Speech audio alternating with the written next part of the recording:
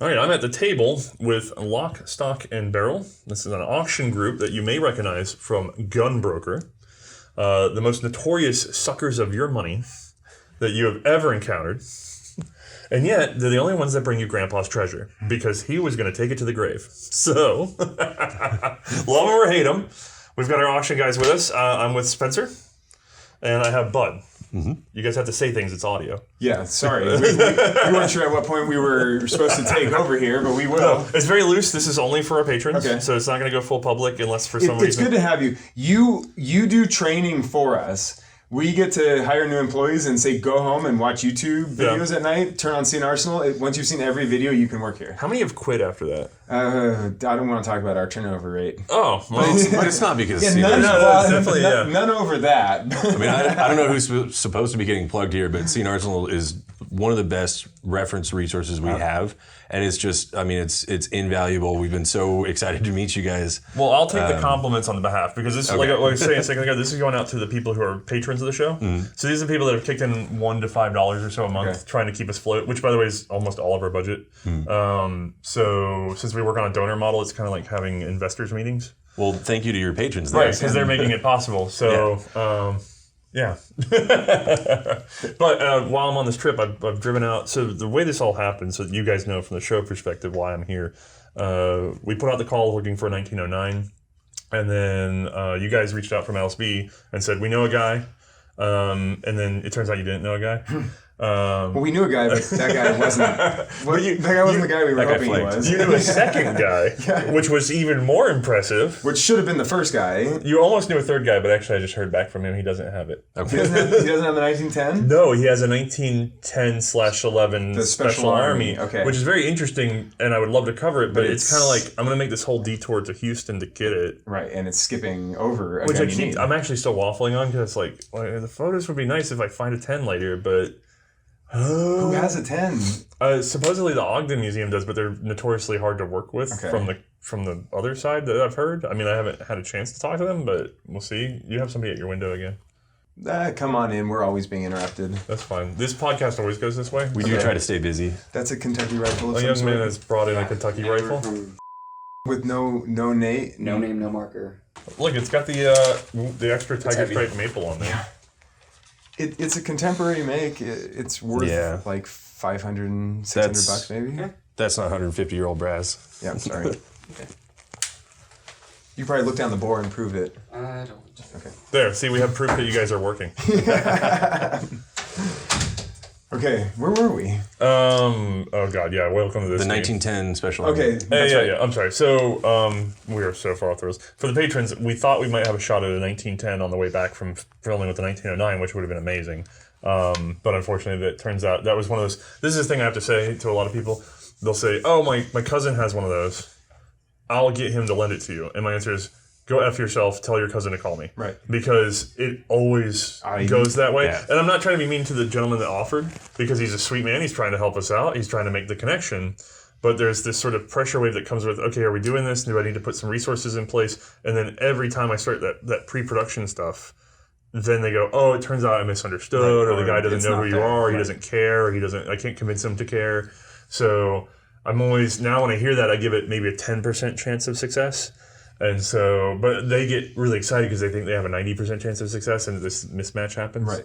So, but sometimes that's good, because that actually... it will pay off eventually. Right, or that ensures their reliability. In this case, we flaked, but it worked out for the better, because we went from... Well, you guys didn't flake. Well, one of the parties that we committed to on behalf of... I'm calling them, like, leaving Tulsa, going, hey, are we still good? And they're like, oh, yeah. And then...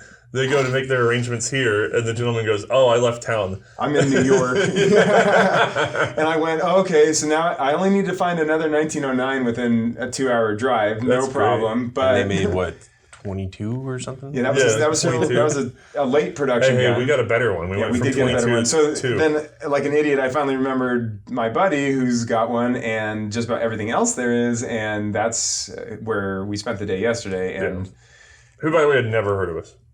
Which fascinated him, because he really loved once we started talking, he loved it, but he had never heard of C&Rsenal.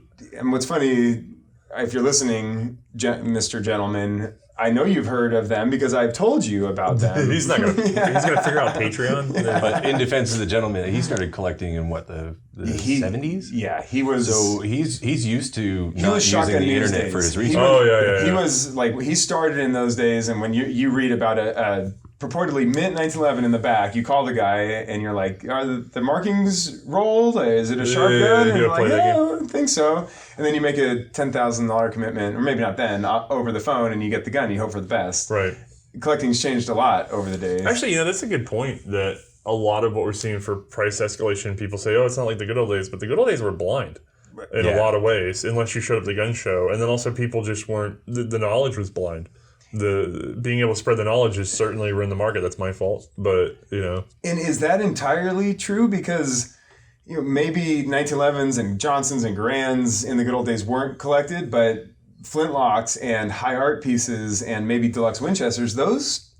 Oh yeah, they were, but the antiques market is really inaccessible. It's actually the antiques market, like what is it? The Antique Collectors Association. Oh, I can't. ASAC. AKA ASAC. Yeah. Antique Society of Arms Collectors. Arms Society of Antique Collectors. I can't. They're still. I don't know that they have a member that's under 40. And it's still sort of this dark corner that isn't as digitized. There's a little bit going on with the gentleman that does a series called Cap and Ball, and then our friend Rob at British Muzzleloaders is bringing up some of the antiques. Oh, but they're not. That guy. Oh yeah, Rob's a delight. But the problem is they're still not getting the views that I'm getting necessarily. Cap and Ball is getting close, and in terms of lifestyle, but it's not necessarily getting into the weeds as much as you would want. And when it gets to the antiques with the handmade and all the little contracts, it takes a lot to understand what you're looking at. It's almost like the further you go back in time, the more you have to worry about what it is you're looking at. So, I don't know. And just recorded history, anything made in the last 50 to 100 years is maybe accessible or retained. Anything older than that, boy, there's a lot less access to information like you're finding. And we've talked about this before, from a modern perspective, all the fires that have destroyed like Winchester records or Colt records, it looks suspicious to us. We're like, oh, is this, this is an insurance fire or something. But when you think about back in that time, your main source of light was fire and your main building material was wood. So it makes a little more sense. Oh yeah, fire was really common. What's the statute of limitation on insurance fraud? Before we go too depth in. Yeah. I don't know. If it was in furtherance of a felony, apparently it starts over. Well, to be fair, I mean, look at Springfield National Historic Site. They had a huge fire back in the day that wrecked a bunch of guns with smoke damage and things. And the efforts to conserve them after the smoke damage did more damage than you'd think. And so, but nobody's getting paid off of that either. Like it was just a government building that caught fire because everything's lamps and fire and oil and coal and. So back to the internet. Back to the generational thing, because Bud and I talk about this a lot, and I are your generation, which is probably a fairly rare generation to be this deep into antique and collectible guns. Sort of, we're like the pre-millennial, I guess, like right at the cusp of the early millennial. And you go to a typical group of people our age, random sampling, and very few of them are interested in what we're interested in, but I think that's changing, and I think the next generation might be even more interested than ours because video games, some of the movies and TV shows are starting to pull that back. So even though the collecting world maybe drifted away or interest drifted away generationally for a little bit, the group that's now internet-based and internet-focused is heavy into guns. Oh, yeah. Well, there's also been on the modern side, the NFA was nebulous to everyone. Nobody, in the 70s, nobody did an NFA thing unless they were some hoity-toity, like, gun dealer, machine gun guy, whatever. And they figured it out because of this word-of-mouth system of, it turns out if you just do this thing, you can get away with it. And then the answer now is, you're legally allowed to do this. They should have never taken it away from you. And here's exactly how you file it. Here's the form. Here's what you do. So much so that they had to introduce the e-file system because it all took off, and it just, nobody was filling out those forms. I mean, it became this flood after the internet popularized the spread of information so that people go, I can do this. Yeah. And then you create a market around it. And then everybody wants to do it because it's there to be bought. So, I mean, I'm sure nobody 30 years ago would have expected that the ATF would have to handle as many Form 1s as they do now. It is interesting how the barriers to entry on that have eroded because, I mean, $200 was confiscatory back when it was passed. Right. And that $200, I mean, it's not a small amount of money anymore, but it's a lot smaller than it used to be. And for the apocryphal story is that they banked it on the cost of a Thompson. Right. Which was a pricey thing too, But then, you're also seeing it used to be if you start, in the 70s, if you decided to start on this and you want to go find out how to apply, that's a lot bigger task than going to your computer and typing into Google, how do I apply? Yeah. And then you'll find a million forum posts that walk you through step by step. Yeah, you said they never adjusted on the price of the Thompson. If they had actually pegged it against the value of a Thompson, we know what tax stamps would be crazy. But also, they would be more stable currency than ours. So that's true. Because you'd have a gold standard. We'll go off for the Thompson standard. Yeah. We need a Thompson back currency. Our Galt's Gulch will be the Thompson standard. So this is guaranteed to buy you one Thompson. Boy, backed by a number of secure things. Restart Springfield Armory and turn it into a mint. You can't have the Thompson, but we make a Thompson for every $200 that we print, and it's there. And it's physically there. You can it's have sitting it, but in the we rack. promise that piece of paper represents this Thompson. I feel like that would actually work. Is that weird? In our group, it would. No, I think overall it represents material and labor. It does, and a tool and value. It's got to be better than what's going on now. Yeah. Okay. So we're on the same page. Anyway, I'm sorry. We were on the internet. Something about firearms on the internet. No. We're gonna go back to the start. What the hell is Lock, Stock, and Barrel? Okay, so Lock, Stock, and Barrel is we're one of the premier firearms auction houses in the country. We differentiate ourselves from the others on a number of different ways, but one of which is we're in California. That's a big start. It's difficult to do business in California. It turns out you guys have an HOA. Yeah, it turns out we have complex, busybody Karen neighbors, and we sat down, and he's literally pointing out the woman that's like watching someone move a gun case, which is against the HOA car rules. To car. And you're like, wow, this is really petty. So we are in California. Fortunately and unfortunately, California is the Wild Wild West. It is where the drive west ended, and there's still a lot of gun owners and cowboys out here. Yeah. A lot of guns out here. As you found out in the last 48 hours, a good gun culture still, but it's very hard to transact business out of here, and a lot of people are scared of it. We grew up here, so guns in California is no big deal for us, and guns bring a premium in California, as does everything else. So there's a lot of people, say, "Oh, you guys get high prices at LSB," but some of it is just that you will sell into California, whereas nobody else will. Right, and not into California. We make it easy for our local buyers to come and go. Yeah, it's that probably is the premium that we open the market to California. When did the business start, though? How old is this? So the business started officially in 2007 and unofficially in about 2002. Okay. Bud, who's at the table with us, he and I started cowboy shooting together back in probably the early 90s, which introduced us California kids to gun culture. And we grew up around these great gun guys that had great gun collections and knowledge, and we just ate it up and loved it. And came of age with these guys kind of coming of the age that they were starting to pass. Yeah, they're getting ready to go. Right. And we saw them get screwed. And I, for lack of a better word, we saw them get taken every chance that people had to take them. It was friends, neighbors, other businesses, and there was no good alternative for them. And the one story I remember was a cowboy shooter named Lawyer Daggett who got taken on a 2-digit Colt 1911 for $500 at a local gun store.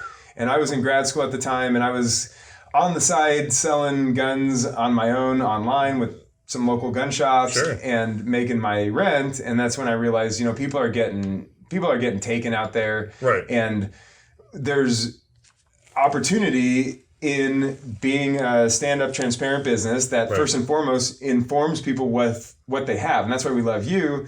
We want people to know that the guns they have are valuable. All of our competitors, or not all, but many of them want them to think that the guns they have are worthless, so that they just walk into the store and sell them for a couple $100. Right. And then you turn around and make a killing.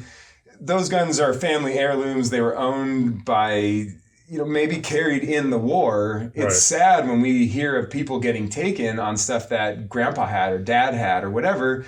And if they are going to sell it, they might as well get full market value out of it and see like a very well advertised, a very clean display and get everything possible for them. So that's where the business started. Okay. And now we do almost 30,000 guns a year. Okay. In a good year. I was going to say, most people recognize LSB on Gunbroker because you guys have the black background and then you have... The watermark. The cursed watermark. It's I'm going to moving. be I'm going to be patently honest with you. I refused to even look at your auctions for the first 6 months that they were around because that damned watermark, I couldn't identify the gun quickly enough. And I went... Who the hell do these guys think they are?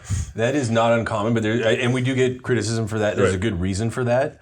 We actually had a rash, and it still happens occasionally, of people stealing our photos and making trying to list fake accounts on like Arms List or something like that. With the gun, so that was big on Gunbroker for a while though. It was, and several things. The California buyers would want to know our auctions because even if we couldn't sell to California, we'd address in there that we couldn't.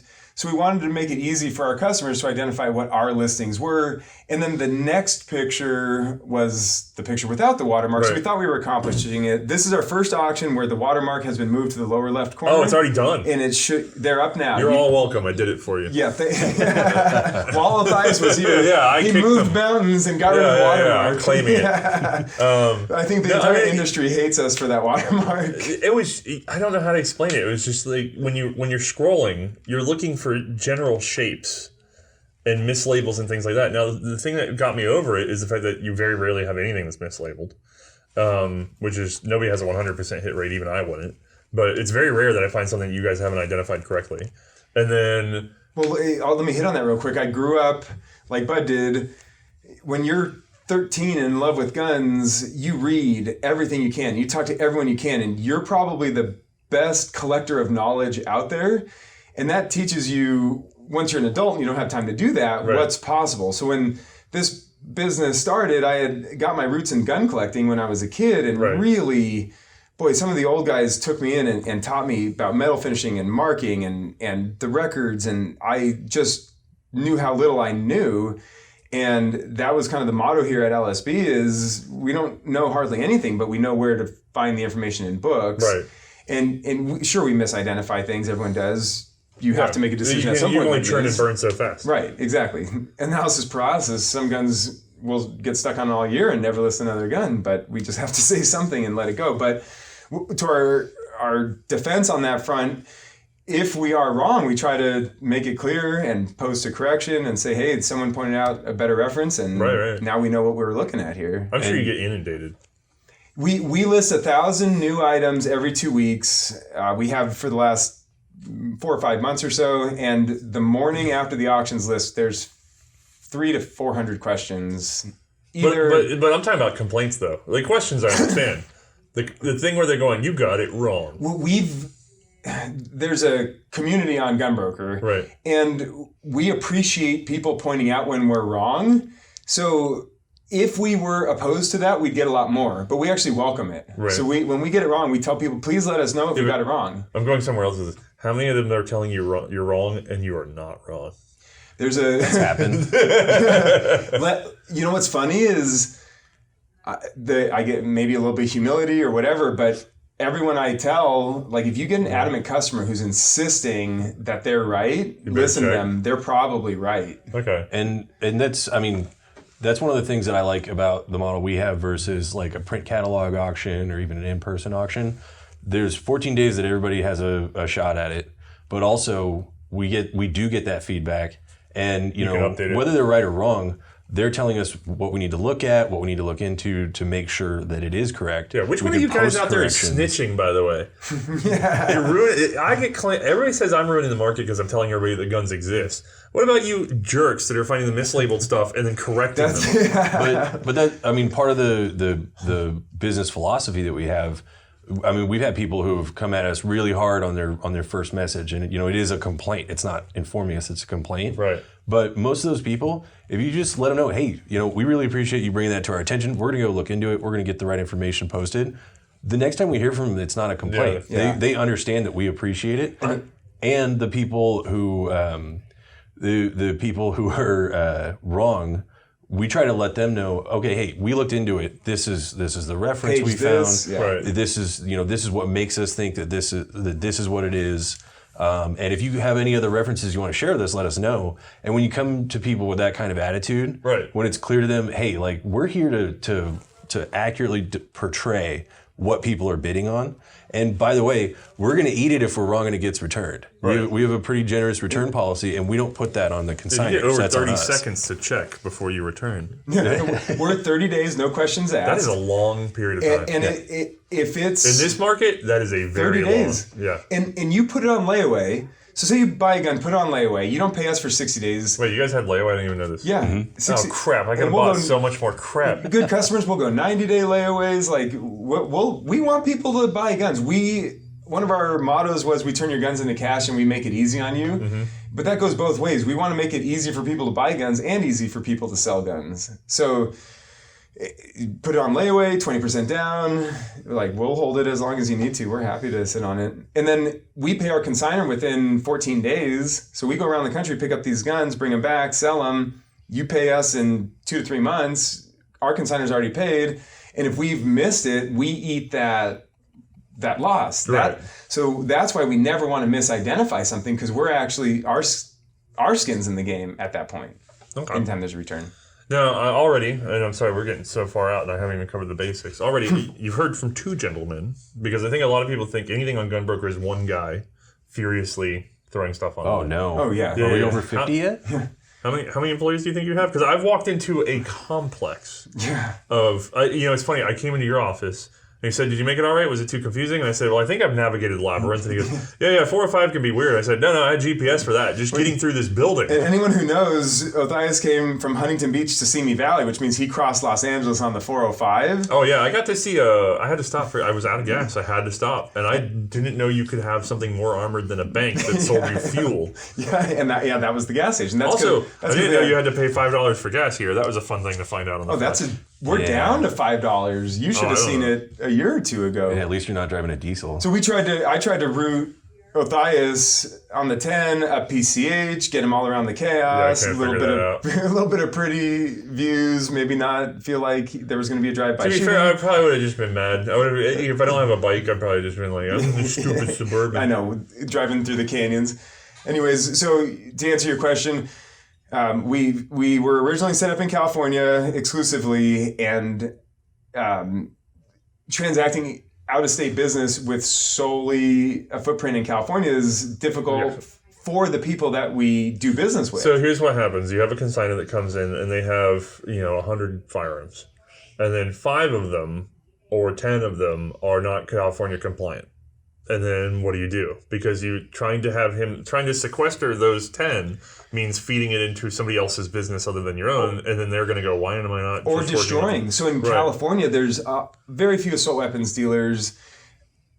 ARs became worthless out here. Right. And it literally... Because you guys have a classification for assault weapon. We don't at our California business. No, in the state. Yes, we do. That's what I'm saying. Yeah. You gotta understand, when you're not in I guarantee you, I forget people don't take that for granted. Yeah, no, you're so used to it here that this was a talk we were having where I was talking to before we started recording, I was talking about how, speaking with Utron, I have to guide him a little bit on what to say and not say because there's hot wires. A number of people flinched when you said assault weapons because in their states they don't. There's no concept of it, and it's used as something to hang over their head. That's a good example, and I'm sorry. In no way do I I feed into. No, don't apologize. But I know the hot button issue because it's not as if we're perpetuating the stereotype or feeding into it by calling it assault weapons. But California has a definition of what they consider an assault weapon. When you're in California, there is such a thing as an assault weapon. Whereas when you're out of California, that's the thing they say. They go, "There's no such thing as an assault weapon." I had that argument with federally in your state, no, but here, yes, they have an actual legal definition of what this term means. And I think it's an especially important distinction because it makes it very clear that it is made up. Right. They created this term, they made their own definition for it, and then they said you're not allowed to have those. Right. That was not a thing that existed before the legislation passed. passed. Fluidity of trying to define what an assault weapon is, because good luck. American innovation, every time they come out with a definition of it, a manufacturer comes up with something that makes it no longer an assault weapon, and it, God bless, it drives California crazy. And things that seem simple, like the definition of detachable magazine has changed 2 or 3 times. The definition of single shot has changed a couple of times. Don't even. I mean, it's wild. Hey, you guys are going to have pistols newer than 5 years ago soon, right? Maybe. The roster is what he's talking about.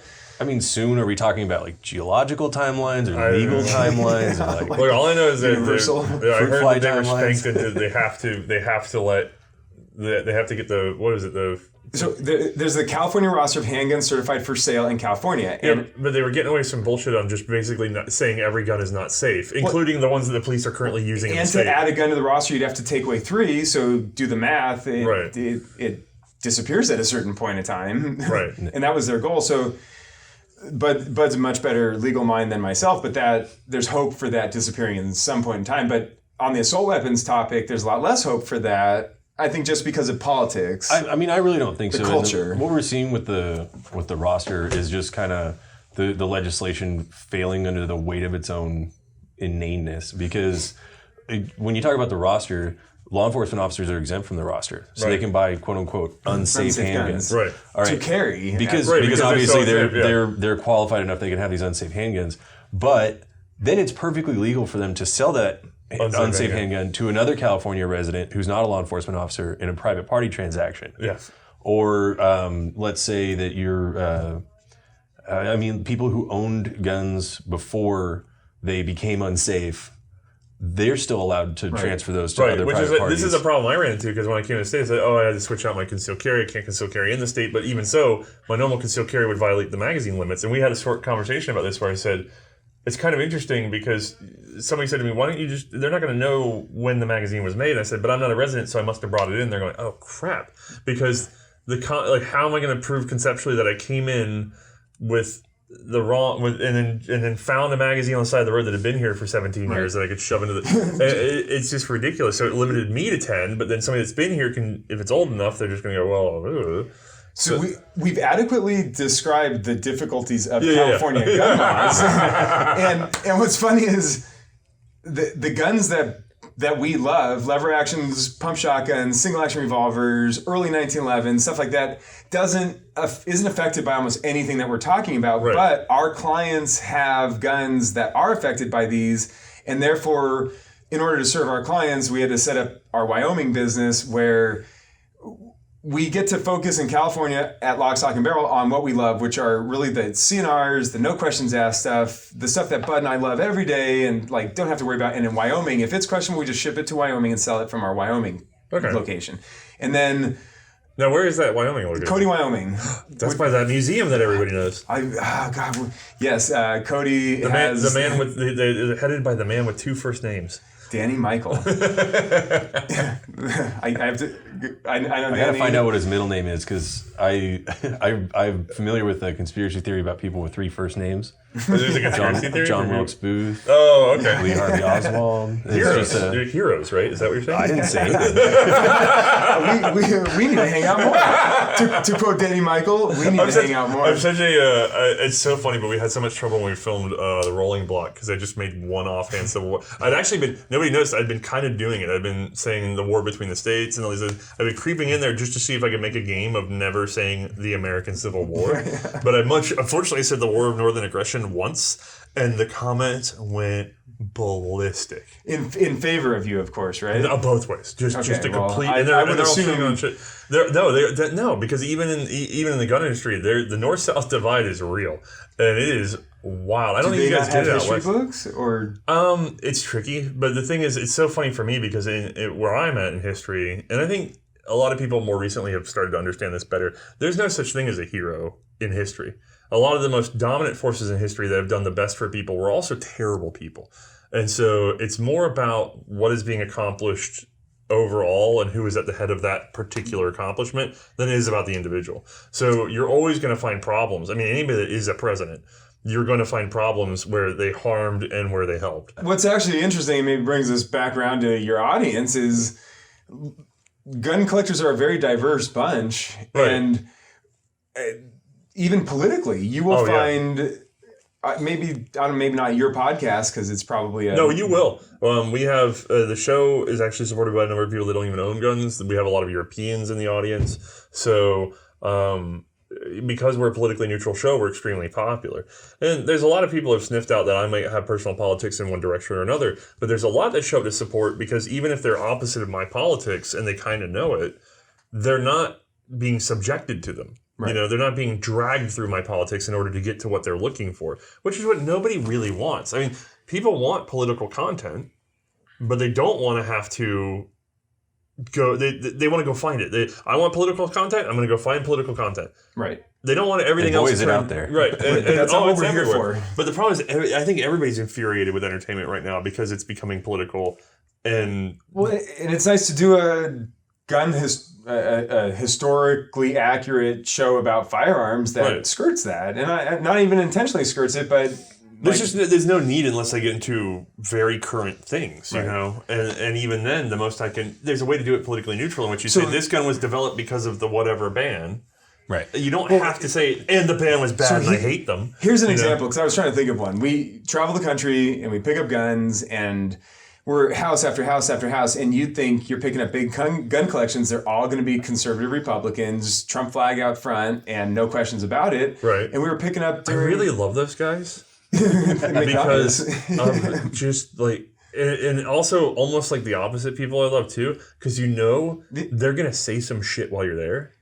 And then you get to hear that in your head for at least like a week and going, okay, but what? So we go to this guy's house and he's in like very rural Kentucky. Right. Big gun collection. I've known the guy for a long time. Very good customer, sweet guy, just ready to sell his guns. Right. We go there, and he was the biggest Hillary supporter that I'd spoken to in years. And he was just so adamantly a Hillary supporter, but it was an abortion issue. And right. You never know how it cuts. Right. The problem with the two-party system right now is, and I had friends that I lost over the elections from time to time because they think you're adopting an entire platform. Right. And again, I don't want to get too far into politics, but you can get on one issue, and it can really mess you up. Just as a businessman, I skirt politics. I have my politics. I will voice it when asked, but I give you the right to have yours too. Right. And I would encourage you to inform yourself if you aren't informed, but that's the end of it. I don't know. The problem is in the U.S., I think a lot of people are frustrated with two-party. And I think that's not even necessarily being too political to say that. I don't know anybody that said that. I don't know anybody in the world that I've interacted with that goes, boy, sure am glad it's two-party. So I think I can dodge the political issue by saying I like having no choices here. Yeah. I want zero nuance in what I'm trying to decide. I think everything needs to be on team A or B, and whether or not they make any sense, it doesn't matter. Right, and because I'm okay with just picking between two choices. Right. And there's on everything. To be fair, it's become sports betting. Yeah. But we are so we keep walking the line of politics. Let's bring it back into what we should be talking about, which is, so you guys got set up for shipping, mostly to help sell for people that were really taking a loss on their sales. Our friends were older couples, widows or widowers that just didn't want guns anymore. Kids didn't want the guns anymore. California made it hard to sell. And we were like, our job is to try to get these people the full value they have out of their guns or gun collections, whether they were guns bought as working guns for LAPD officers or massive gun collections inherited or built. Right. Our goal is to try to get them every dollar we possibly can for those guns. Okay. And then is there a preservation aspect here too? Or was it a fear of them being destroyed? Some, and we'd go hand out flyers left and right at the buybacks. That's got to be fun. Yeah, it was interesting, and we did that a lot in the early years. We just, plain and simple, don't have time for it now.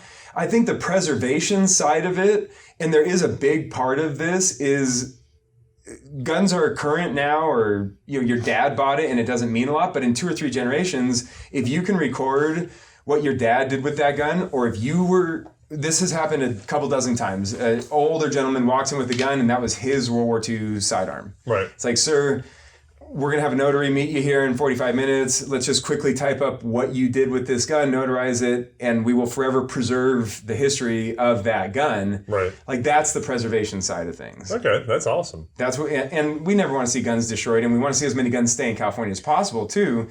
With this California roster that we were talking about, if the gun that's in the state, that can be sold in the state, ever leaves the state, it can't be brought back in. So if we can encourage California sellers to sell through a California seller to other California buyers, it keeps the guns in California. Right. And no offense to the rest of the state, we want you to buy them too, but you have easier time getting them than we do. You don't have a list of allowed guns. That is a nightmare for you guys. And you're not even in the Jefferson limits. Like, you'd be cut off even if you did break up.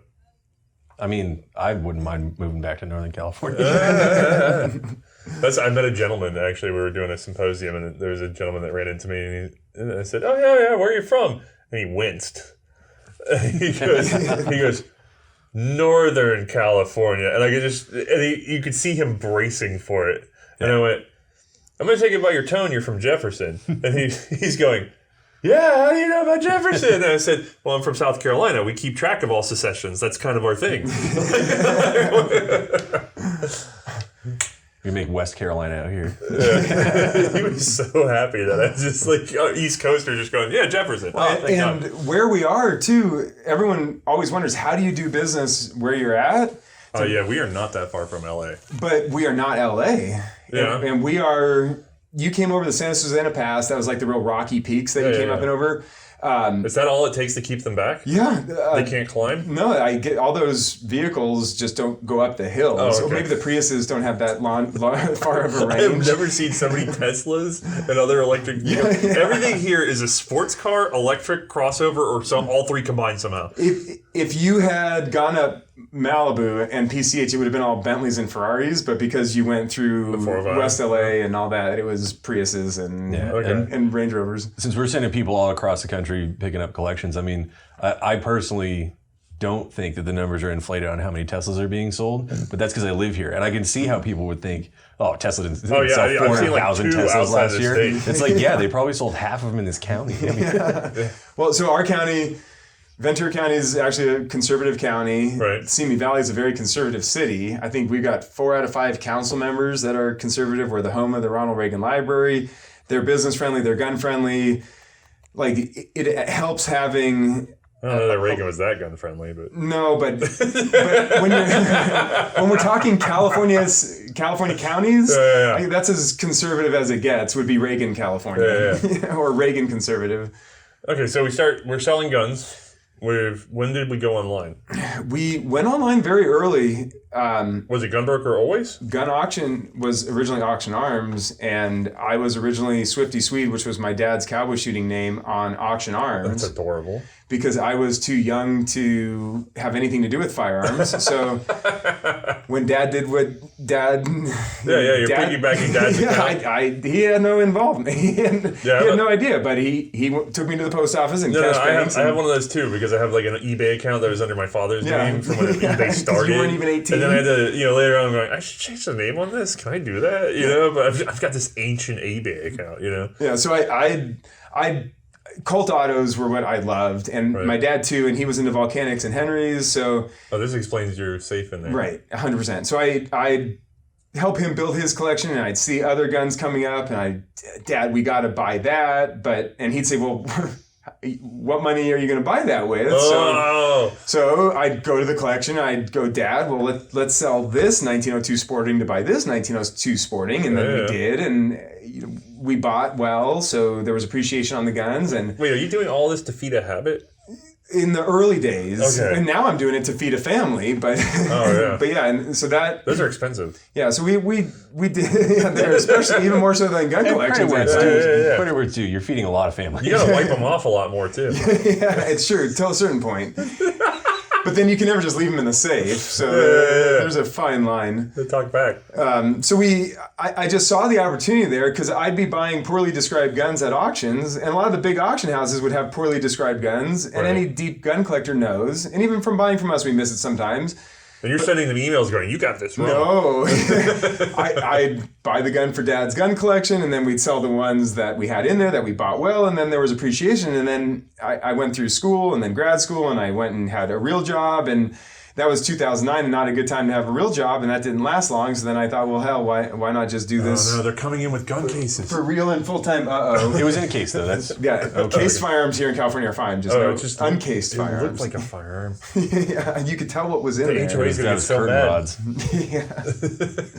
I'm sorry. This is terrible audio because they can't even see me looking out the giant window. Or maybe it's better because they can't see. They're just picturing what we're watching people walk in and out with. The usual is we're in the middle of podcasting this stuff, and the dog just decides that it really needs to scratch itself, and it's 100-pound dog, so it's just dog. Yeah. Hold on, guys, we have to take a break for the dog. Or yesterday's power tools. Oh yeah, that was fun. We were trying to do. I don't even know this is going to be in the segment because I just kept waiting and waiting, and it kept not going. So we were filming with the Colt 1909. And then I get halfway through, and the guy next door just starts the weed whacker right outside the window because everything's on top of everything. And I'm going, oh my god. Because it's California. Yeah. And what's funny is that was not on top, everyone on top of everyone as far as California goes. That was like the country for California. That is not dense. Where I'm at, that's a micro yard. Yeah, I was like that was maybe acre and a half property in Huntington Beach, California. It's all wrapped around another property too. In California, another Californian would go to him and ask him how many cattle he has grazing that because they have no concept of what space is. I noticed that there's like micro yard. I don't even understand how you do it. How you have like 6 inches of yard, because what's the point? You should have just made it an apartment. I know in Sacramento they've got whole housing tracts where you're like one wall of your yard is a wall of the house next door. Yeah, and so there's really only fences at 2 ends, and the other 2 walls of your yard are house walls. My God. I mean, my house is small. I live in a little 1,100 square foot, and it's on a postage stamp yard that's kind of long. Mm. But I'm going to tell you, there's space. You could fit 3 of my house on that lot. Yeah. And that is tight. That is a very tight lot where I am, although now they're starting to get really new construction in Charleston. But if you think about it, because all the houses are multi-story, you could actually fit 3 of the lots in the house here. Right. Oh, my God, yeah. That's true. And that's how, like, you throw a cup of coffee out your window, and it just splashes the neighbor's house. I couldn't handle it. I mean, I like my neighbors just fine, but not like that. And that's why we found Cody, Wyoming. In addition to the politics and the gun laws and the space and the cows and all that. And the Danny Michael. Boy, we really got way off. You're doing a good job of bringing it around. Wait, he said what guns he likes. Do you like guns, Bud? I do like guns. So I got into guns very young. Started shooting when I was 5. Started doing cowboy shooting when I was 10. That's how you guys met, right? Yes. That's how we met. That's actually a funny story. I'm a couple years older than Bud. I'll tell it and interrupt me as needed. Okay. And I was probably like... You almost got the talk, by the way. Yeah, I was the parabola curve before Bud. And I'm setting it up for him because he was like the next generation in cowboy shooting behind me.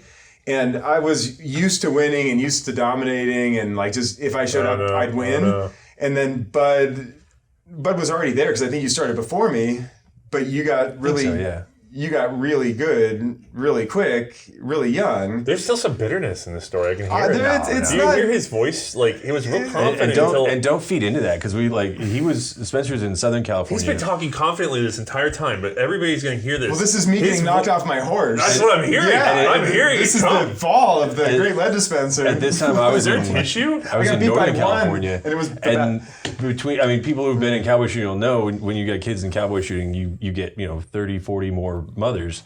Well, there's like a crew that's supporting Spencer, and there's like a crew that's supporting me up in Northern California. Oh, there was a lot of manufactured angst that wasn't coming from us; it was coming from the people who support us. So yeah, I mean, there was a little bit of that, but there was never really between us. It's like the Giants versus the Dodgers thing, and it's like Bud and I didn't have any beef. We were just competitors. We we stayed in our own lanes, and we. Like, he'd throw a time down, and then I'd go beat it, and then he'd beat it, and then I'd beat it, and like it was a good, honest competition. Probably one of the best in the sport. And then what happened? And you literally beat me. Like, you literally beat me, and it was at a point in my life I was a little older and in college, and like I just didn't have the passion that I used to. So I got hands down beat, practiced and all, and. It didn't take my passion away, but it was like, and then that was Bud's era in the sport, and then Bud dominated. And then now there's another kid who's dominating the sport. It happens, but so your favorite guns. So obviously I still like cowboy guns. Feeling that. Just take a moment. I got beat by one guy, and he's right there. So then you had to own him? I hired him. Yeah, okay. But I'm also... So this is... pay attention, Rock Island. You're beating us now, but someday you'll be working for us. So obviously I still like the cowboy guns. I like fiddling with the guts of guns to make them work different for a specific purpose.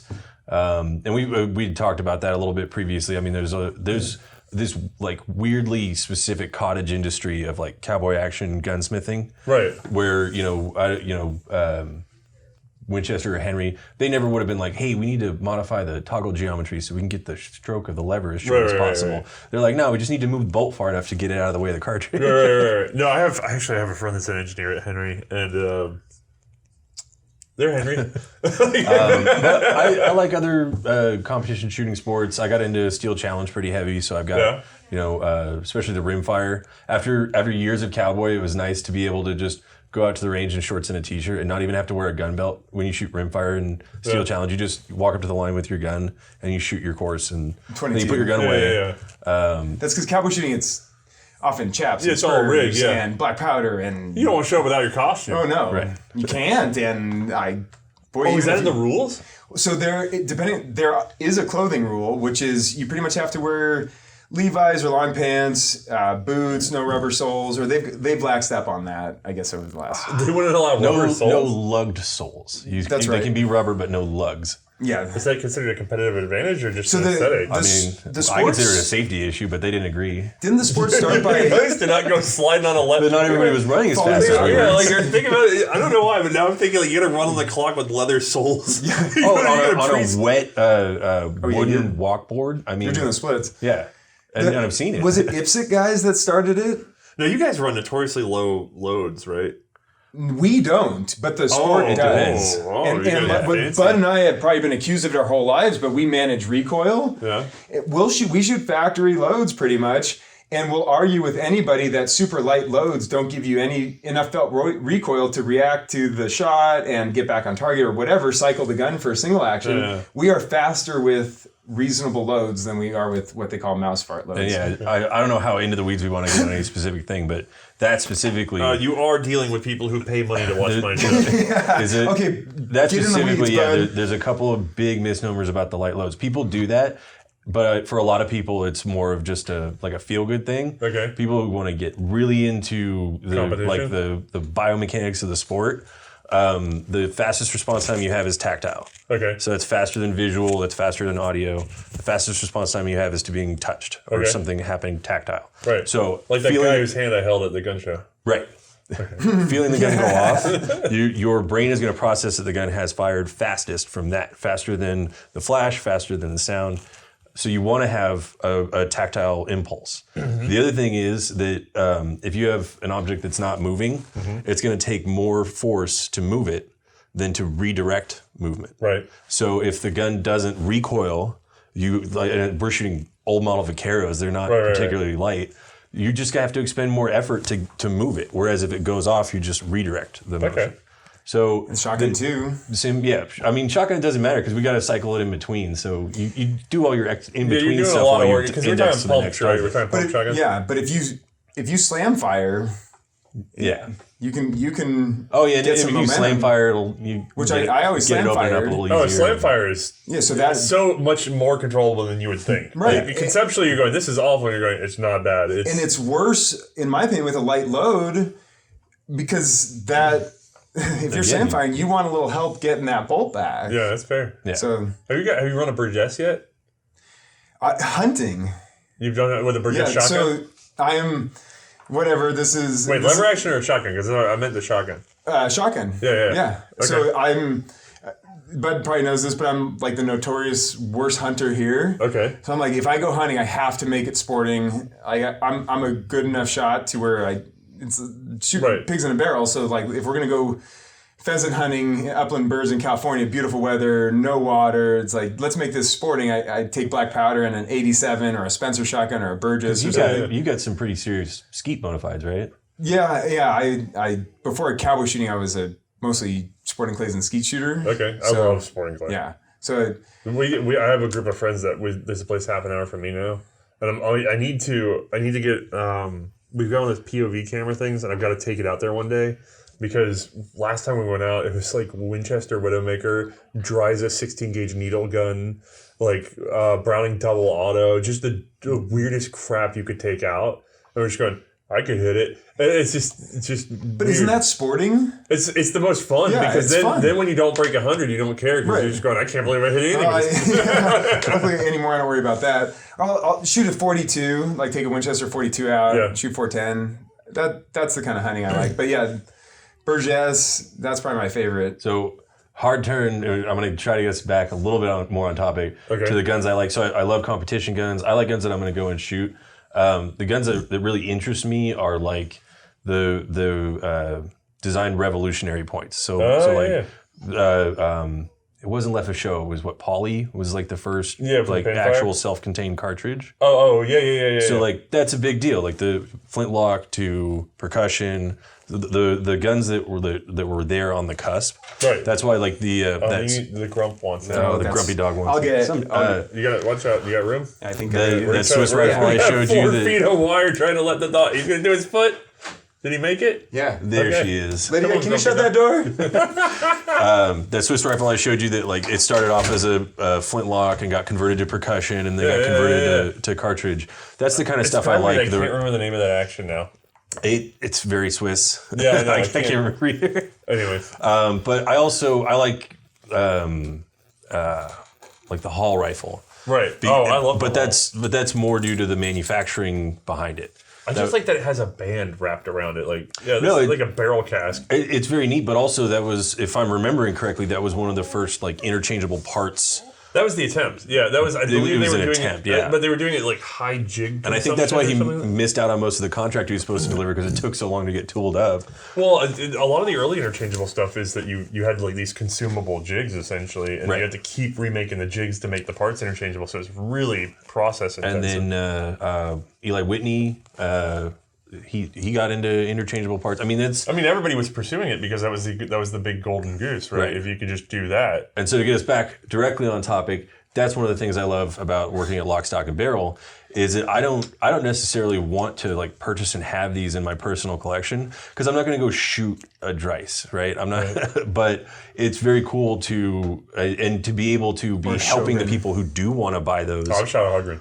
Yeah, but I get what you're saying too. It's cool to be paid to help people who do want to buy those and add them to their collection, and learn everything I can about it to make sure that I know what's right, what's wrong, what's interesting, what's boring. So do you ever just lay awake at night wondering, if you're doing something that really matters? Not really. Exactly. Hell no. Boom, boom, boom. No. More guns and more people. I can't think over the ringing in my ears. Yeah. No, I lie awake at night like wondering why didn't Colt have drawings of the 1911? Or Winchester or Colt, yeah. Yeah. So and then Springfield says, "Hey, we need your drawings," and Colt's like, "Yeah, what drawings?" And then you would have thought they'd have drawings then, but no. Remington UMC says we need drawings for the 1911, and he's like, "Well, here's like the paper we have," and Remington UMC looks over and like, "This is trash. This is like contradictory and there's mistakes." Yeah, that still happens. I've seen documents from PSA. So that's the kind of stuff I love learning about. People love Browning for all kinds of reasons, but like I think of him the way I think of Tesla. It's like, man, he was able to design all this in his head, run it, figure out what the problems were. Conceptually. Right, conceptual. But then he'd sit down and help set up a Are you a Browning fan? I'm a Browning fan in the sense that I understand the correct context, which is that he was an incredibly good systems man. So he could design a mousetrap in his head and then reduce the number of parts, which is brilliant. The problem is I think he gets a little too much credit because they always go, Browning made this gun, and they point at the gun as a whole. And the truth is, in all of his endeavors, outside of the very early ones like his falling block rifle, a lot of the fit, finish, polish, and especially the ergonomics were dictated by Winchester, Colt, whoever. And so I think if you took a Browning and you just dumped him into the wild, you kind of get what you had in Belgium, which is there's a lot of good inventions in Belgium, but they're not always executed well. Nobody comes and polishes them over. They're finicky, whatever the case may be. So Browning's like a one-man Liège, which is awesome, highly acclaimed in that regard. He deserves all of that.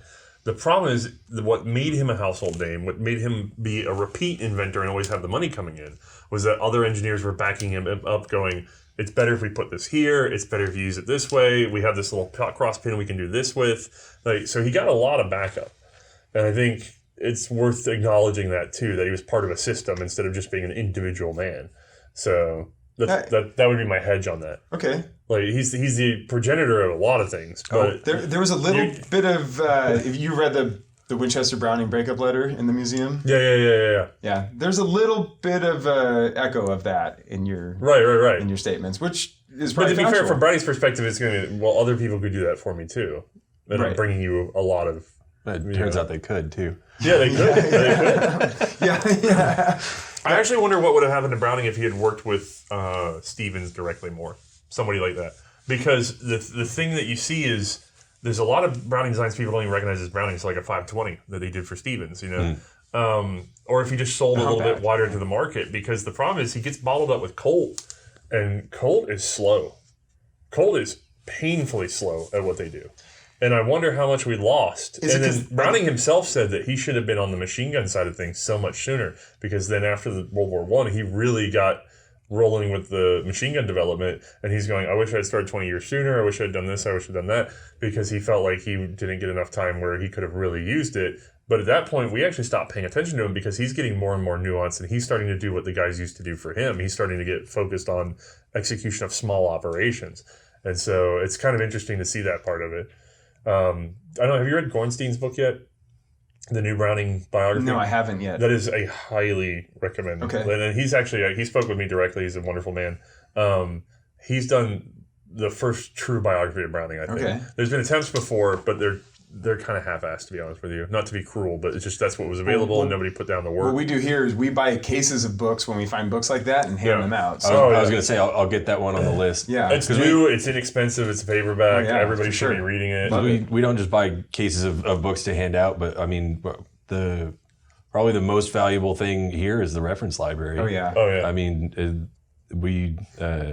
one of the first things that Spencer taught me about gun collecting is how to read. You buy the books before you buy the guns. Because if you don't know what you're buying, you're never going to one way or another get a good buy. Lesson. They will pay for themselves. The guy I mentioned his name, Lawyer Daggett was his name. He's the one that got me and my dad into Colt collecting, and he said you better buy 10 books for every gun you buy. Right. And obviously there's a point at which you have every book that's printed, but for within reason. Oh, I do a lot of chasing really hard to find books. It's pretty wild. Sorry, I'm watching the power level on that one thing. Where were we at? Okay, so you like guns. I love guns. You like guns. We know why we started the company. Right. We've talked a little bit about, well, what's the operation here? So you said how many employees? So we actually didn't answer that. There's between California and Wyoming, there's about 50 employees. Okay. And we have a sales team. Our sales team is largely on the road. They travel the country. They will show up. And you said the turnover is high. Employee turnover? Yeah. I say that kind of tongue-in-cheek. High enough that there's a chance you could work here? Yeah, they're... Very much so. Yeah. And also our growth allows us to be always looking for people that are passionate about old guns. Right. And what's cool is we've got a good group here that they're not just people that are working a job, they're people that love what we do. So if we have some young people listening that are in for $1 because they're broke. Right. Maybe call. Reach out. We have jobs posted on our website at all times. We're almost hiring 24/7. Don't have to be in California. It could be in Cody, Wyoming. It could be a traveling job. I was going to say so this is something else we should talk about this business, because people don't think about it. They're on the buy side, right? Right. Half the business is on the acquire side, not the sell side. So and no offense to you buyers out there, but we actually don't classify you as our customer. We in order to serve our customer well, which is the seller of the guns, we have to serve you exceedingly well and make sure that we have good feedback and get good prices for our stuff and have happy buyers out there. Otherwise, our stuff doesn't sell for anything. But what you're describing is you're building a sort of trust and goodwill ocean of potential. Which is... And that's just from being a gun collector. I know what it takes to do that. Give accurate descriptions, tell every marking on the gun, give good pictures, take returns, stand by, answer your phone. You guys are obsessive on the pictures. We try to do too many. Do you know of anybody that takes pictures as much as you do? Half the time when I go on proxy bid, I can't get a picture of anything in detail. The guys that do as many pictures as we do are small scale. Most of them are buddies, like Kirkpatrick does. He's Lumberjack 2, Jack the Dog on Gun Auction. Okay. There are good guys, but no one that really does our volume. We have 3 full-time photographers, photo booths, 3 full-time photo booths running constantly to get the pictures out. Right. But what we do is if we ship quickly, describe accurately, take pictures, there's not a lot more we can offer to our buyers. They know what they're looking for. They know what they're buying. That's already highly competitive with the established auction. Right. So you put the gun out there and it sells.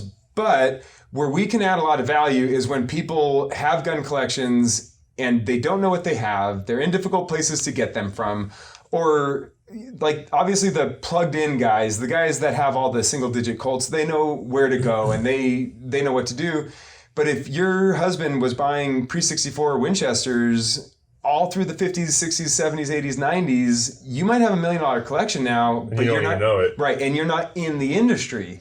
And oh man, we've seen that before where somebody will have a spreadsheet that was kept of all the guns and what they spent when they bought them. Well, I mean, if you bought a pre-64 Winchester in the 70s, you don't want to sell it for what you paid for it in the 70s. Right. But so many just without thinking about that. Danny talked to me yesterday. Someone was going to sell a 1911 to his barber for $150 because that's what he paid for it, and that was yesterday. That still happens. I'd have taken that deal. Yeah, and I roll my eyes, and I would never let my employee do that, and I would never let the company do that. And one of the best stories, the Johnson County Range War gun walks in, right, and the guy was from Virginia, some East Coast state. I'm gonna blur the details, right, do that, but it's generally accurate. He had to come out here, take care of his mom. He and his mom were running out of money, so they ransacked the house and were selling literally TVs and microwaves and whatever they could. Right. Found a Colt, walked it into us, wrapped in a terry cloth towel, and said, "If I can get $1,000 for this, you'll make my day." And I said, "Sir, from looking at it, I don't want to buy it from you. If I had to buy it from you, give me a while to make an offer, but this gun needs to be researched before we can do anything." Right. And he's like, "Well, if you had to buy it today, what would you give?" And so we did a little bit of research. From our gut, we could tell for sure it was a factory engraved, first gen, Colt single action, pearl grips, like everything checked out. Right. And we're like, "Sir, this is $25,000. If you want it today, we'll give you $25,000. This is a gorgeous gun. But please take it to auction. I don't want to screw you. I don't want you to have ill feelings afterwards." So it goes to auction, $71,438. And that's so was he pleased? He was pleased, and he wanted $1,000, and we were more pleased too because we love doing that. And when I started talking to you today, that'd been a good payday for you if you'd just been a little less scrupulous. But for a very brief period of time, and now because we conduct business like that, now we have 50 people working for us, and we have a steady flow of guns, and we'd rather make our small commission on a big volume of guns rather than take advantage of guns and hope for windfalls every now and again. And as long as we're talking to an audience of people who are interested in guns and maybe collecting, buying, selling, if you ever decide to avail yourself of some of our services and our employee tells you, "Hey, I would really recommend we not buy this, but that we put it up at auction," please take their advice. Because when we say that, what we're saying is if we buy it, we have to buy it on the assumed worst case outcome of an auction. Right. If we say you should put that up at auction, it means I don't want to give you $500 for this and have you see it sell for $5,000. That's not what we're trying to do. We want to get you as much as we can out of it because that's when people go and tell their friends, "You should consign with lock, stock, and barrel." I mean, that's the name of the game. We don't want to buy guns. And I tell everyone that calls, if we buy guns, we could double our money, triple our money. Right. But I want to deliver you as much money as possible. The most fair market is the auction market. Right. Well advertised auction market. Right. Now, on that front, of all these employees, how many of them are the shill bidders? Yeah, it's like, what's your gunbroker username? Because maybe you asked that question this morning along with the 8 other people that do. But the question gets asked a lot, and what I'll first tell people is when you sell 30,000 guns a year, you don't have time to shill bid. So for anybody that's unaware, the concept is that you would have an alternative account that you would use to pump up the prices so that they get to a certain amount or else they don't sell. It's almost having an artificial reserve. Right. Because a lot of people don't like to bid against reserves anyway. Right. It's weird because a shill bid is an external reserve in a way. Mm. It's just a really crappy one that ruins the game. So because it's not the willingness to pay of 2 actual people. Okay, so you guys are saying you do very little shill bid. There's a few aspects of this that I hope will make this make more sense to the audience. One is, as we've said, we were entirely too busy. And I mean, we get accused of shill bidding on like Iver Johnson revolvers and stuff. And it's like, even if we were, I would not waste my time trying to bid this one up. I promise you. But the other thing is, we send out links to our consigners. Our consigners are watching the auctions as they happen. Right.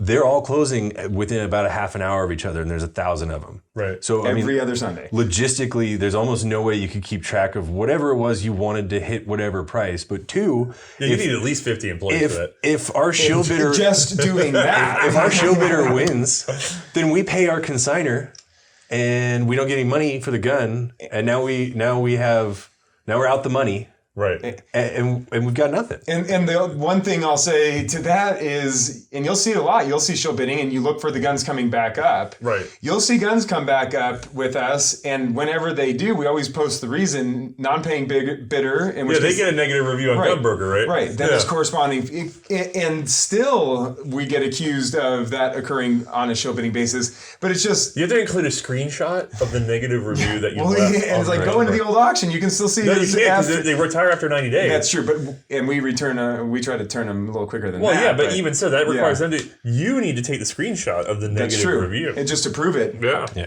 It's like constant proving against the accusations. The last thing I'll say on the shill bidding front, one of the and the photos is what made me think of this. One of the things that we do sometimes see in our clientele is there will be people who they have a Gunbroker account and all their feedback is from us. Well, it's entirely possible that that's somebody who doesn't want to buy guns online. Right. Because they can't see and handle the gun, or they're worried about, what if it's wrong or something. But we have customers who, they go out and they buy in person all over the place, right. But they won't buy online from anywhere but us because they feel like it's as close as you can get to buying in person. Right. And they know that we'll treat them right if we that screw 30-day guarantee counts for a lot. Yeah. I'm sure there are buyers of ours that have feedback largely exclusively from us. Right. But if you were to look geographically for classic or antique or C&R gun dealers in the greater Los Angeles area, there'd be 2 or 3. And on this side of Los Angeles, we're the only ones. So unless you want to drive 4 hours for every gun transaction you do, you come here. Right. So it is a uniquely captive audience because it's California. Okay.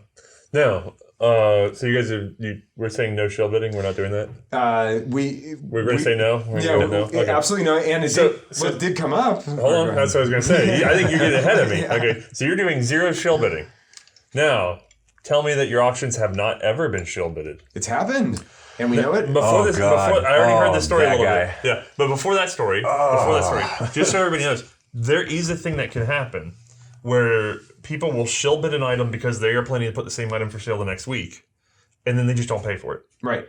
And that happens not infrequently. And it's entirely possible that that's happened and we haven't known because, we'll you just know say... if you didn't get paid. We'll just say, hey, you need to pay us. They'll say no. They get negative feedback and we got to relist it. Right, but then they get to see that it went for $8,000 and then they sold theirs next week for $5,000. Right. And then 2 weeks later you relist it again and yours goes down to $3,000 where it's supposed to be. And that's, for us, that's the cost of doing business, and it does happen. There's no way for you to control that, though. And nor anyone anywhere to do that. Theoretically, anyone could show up at even a live auction and have the You'd have to control it on the form of the auction. In other words, you'd almost have to secure a payment before blah, blah, blah. And then also, I do have some theories that the auction sites could do a better job of scrubbing when that happens so that it doesn't become part of the pricing. But that's a whole other conversation. Right. That's beyond you guys. Yeah. So that's why we don't own a site. Right. But we do know of one case of shill bidding that has happened on an LSB auction. Yes. And if you ever want an auction, it was one consigner. If you ever want to get fired as a consigner by lock, stock, and barrel. Yeah. This guy, he had a. Am I going to be too specific if I mention the make and model? It's not a secret. Okay. We had a look. If you're going to play dirty, probably a $high consigner of a bunch of nice Browning A5s. Probably the nicest collection of A5s I've seen. How can you say that it's not okay to say? Not even. And I'm not saying give his personal name, but how can you not mention something that might be identifying when the story itself is him identifying himself? Yeah. There's that. Well, so people were commenting on one of the Browning forums that prices were really high. Yeah, let's go back. You had a big group of Auto 5s. Yes. Yeah, very high grade. Auto 5s. Some rare configurations. I mean, and so of course there's buzz on forums. I think it was Shotgun World. I'm not 100% on that. Or Double Gun. Oh yeah, Double Guns. Yeah.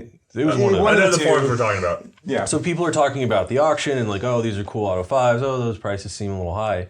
And this person, The seller. decides to go on this forum and say, yeah, I can sign those. I've been bidding on them because I don't think the prices are high enough. And then we, of course, get a bunch of emails because if you got forum members, they obviously have access to the internet. We get a bunch of messages from people who are like, hey, you know, this guy's on the forum saying he's a consignor and he's bidding on his own items on your auctions. Are you aware of this? No, we were not aware of this. That was what, like 5 or 6 guns. What happened is, as soon as we found out about it, He got blocked. He got blocked. We called all the other buyers of the other guns, most of which backed out. Right. And we charged this guy his consignment fee and made him keep his guns. Yeah. Because what else? I don't understand. What was he going to do if he won them? Oh, he was probably cut a check to you going guys? to stiff us, and then we would cut a check to him. Yeah, I mean, we would have figured it out in the invoicing, and it's got the same or I name. think he thought That you guys would just understand that this and is just the way go, it goes. here's your Yeah. gun back. But like, Ew, boy, hi? with the cost that takes on operations and the business and word of mouth, holy moly, didn't he hear from me? How long did it take for him to understand that this was not the thing to do? 10 seconds? Yeah. Were you coming I think hot? he was genuinely unaware I of was pretty hot. that it was wrong and why it was wrong. And once it was explained to him, he was like, oh, yeah, that makes sense. And it's like, come on, dude. And the fallout, too, because now you're calling buyers who outbid him on guns, who were happy customers, and now you're souring not only your own, it's like you lose a deal. I wouldn't say that, though. I think if I was told that I'm now not on the hook for the same amount of money, it's just going to relist. Well, we didn't want to relist them because... Oh, because it was through him. Right, and now now these guns are tarnished. So it's, you know what? Oh, and they can't buy them at all now. Right, and we didn't even Unless they wanted to. Well, no, because you don't want to honor the price. Right. Because you don't want to pay the guy. Right, and I don't want to screw our customer. So if that's a fake bidder, then our poor customer is not actually experiencing an auction, which is... What an utter nightmare. Right. Yeah. So luckily, we have a big enough staff where when things like that happen, we can deal with it and round up all the sales sheets and start calling whoever buyers were that might have been affected. It's only happened that one time, but that was like an all hands on deck. That was like what the White House must have been like after bad news strikes. It's like, what are we going to do? Like our intake receipt, the specific verbiage in there that says not to do exactly that got bigger, it got moved, it got bolded. Well, I mean, our receipts only hold us to terms. So when we go pick up guns and we sign a receipt, it's committing to an auction date, it's committing to a net guarantee or a reserve or something if there is one, and a payment date. All those things, it commits us. Nothing in our receipt commits the buyer to do or the seller to do anything. Right. But we had to add now a term. Told shill bid your own auction. This is obligation. Now this is what a contractual. move. Yeah. Luckily, it's almost not enough of an occurrence to worry about. And what I tell a lot of people is check feedback of the people you're bidding against. If you don't get the warm and fuzzies on a gun and you're in an altitude you're not comfortable on, walk away from it. And if it's us and that's a fake account, we take the hit. The gun's gonna be back up. Oh yeah, well, you get that gambling pump when you're bidding. Yeah, well, and we had it on that 38 Super that sold. So we pick up a real nice. You'll have guys just getting a piss in It went for $11,000 and it was a post-war 38 Super. And as soon as it happened, no reserve buyer, and I'm like, God, dang it. sorry, not rated buyer. Not rated. Right. Yeah. So That's got to be annoying. Right, and I'm like sitting on the edge of my seat the whole time. We pay our consignor. Sure enough, we never get paid. We get stiffed. Gun goes back up for auction. We end up losing a couple grand on the deal, but what can you do? It's like it doesn't happen enough to worry about. I'm surprised that your terms don't include that you have to receive delivery. Well, we want to pay you quickly. That's so true. 14 days. If we give 90 days, boy, that could drag out consignor payments for months and months and months. So. As far as the feedback goes, that's another thing I want to mention. We get a lot of messages about that. If you're bidding against somebody who has bad feedback, I mean like F, D, they're a C, but all of their recent ones are F. Right. Please do let us know, because that is the sort of bidder that we would absolutely block them and say you're not allowed to bid on our auctions because your feedback's too low. We also get a lot of messages from people who are like, oh, there's this non-rated guy bidding on your auctions. We have a lot of customers who were their first, their first interaction. Well, they're coming in for something truly unique, and that's Yeah. they signed up for Gunbroker because they wanted to bid on that thing. Right. So I mean, And businesses live on new customer acquisition. So Oh yeah. as a bidder, Ask I me can how see. I know because I was YouTube gonna won't let say, me. yeah. As a bidder, I can see how that would set off bells for you if you see this, non-rated bidder who's bidding against you on something, getting close to market price, maybe even going over market price, which obviously somebody who's unfamiliar with Gunbroker might not be familiar with the actual value of guns. Or the willingness to pay over market price for some buyers. But that's another thing where we kind of, our business takes that risk. We don't profit if some non-rated bidder wins and doesn't pay us. We lose money. So we don't want that either. But we also get new customers who've just never used Gunbroker before. So we kind of have to just take that risk. And I'd say the majority of them pay. Yeah. More often than not, you see a no-rated buyer and you worry, and they're almost the first to call you and get the check going. They're going, how do I do this? Exactly. I'm confused. Exactly. It's like, my daughter set up my email. I don't remember the password. Like, did you ship it already? It's like, no, sir. You have to pay for it first. You want it 25 minutes ago. It's not shipped yet. Did you ship it already? That's our favorite. Like Monday morning, auctions end Sunday night, Monday morning. 75 of those questions are, can I have my tracking number? Has it shipped yet? Like, we haven't even made the coffee yet. But they're ready now. I want my gun. So I clicked the button. I'd actually, because you've done several live auctions, right? You've been there as a bidder. Oh, yeah. And you've done live auctions before, haven't you? No, I've actually haven't done a live I fire. grew up at live auctions. I spent a We lot. don't have one local to me, and my workload has been such that I've actually never gotten to sit at a live auction. Yeah, Online, I'm floored by your work ethic. It's absolutely immensely impressive. Those of you that don't know, Oh, I'm on vacation mode now. It's Othais makes like 8 cents an hour. That's probably not unrealistic. It's you're talking about somewhere between 70 to 100 hours a week for, and I've been a little transparent about this, but I think my take home right now is we're not even touching 50,000 for an annual for me to actually pay on my bills. So like. I chose this, and I chose poorly because I thought, and we was having this conversation yesterday, I thought, looking at the way YouTube was going, that I would get in where I hit 200,000 subscribers or so, and then you have this sort of ballooning effect, right? And I thought we were making a good product. But ever since we got past 100, YouTube just started kind of squatting us a little bit more and more, and now, and you guys that are patrons have heard this story before, it's if I break through and go viral, all of a sudden I get subscribers taken away at random as a punitive thing. I actually don't know what to do to advertise. It's really become the struggle of shows. How the hell do I get out there? That's a good thing to ask your base here. Yeah, well, we've been talking about it, but it's one of those things. It's if I can't spam the forums because that's rude and they'll get me banned and nobody will like me for it anyway. I can't advertise digitally on Facebook or anything. And also, the forums are kind of redundant. People already know it's there. But I have to go where I can advertise. And then you and I were talking about print media because that's a big part of your business, right? You guys have to find buyers. Where the hell do you guys advertise? Because you're buying mostly from an older generation, right? Older people, generally, we advertise for people trying to sell their guns. Okay. And you try to put yourself in the position of... So you're not doing that on YouTube. That would almost be useless to you guys. The demographic that is selling guns right now is not on YouTube. Right. Or TikTok, or they're reading print. Okay. So do you do a magazine ads? What do you guys do?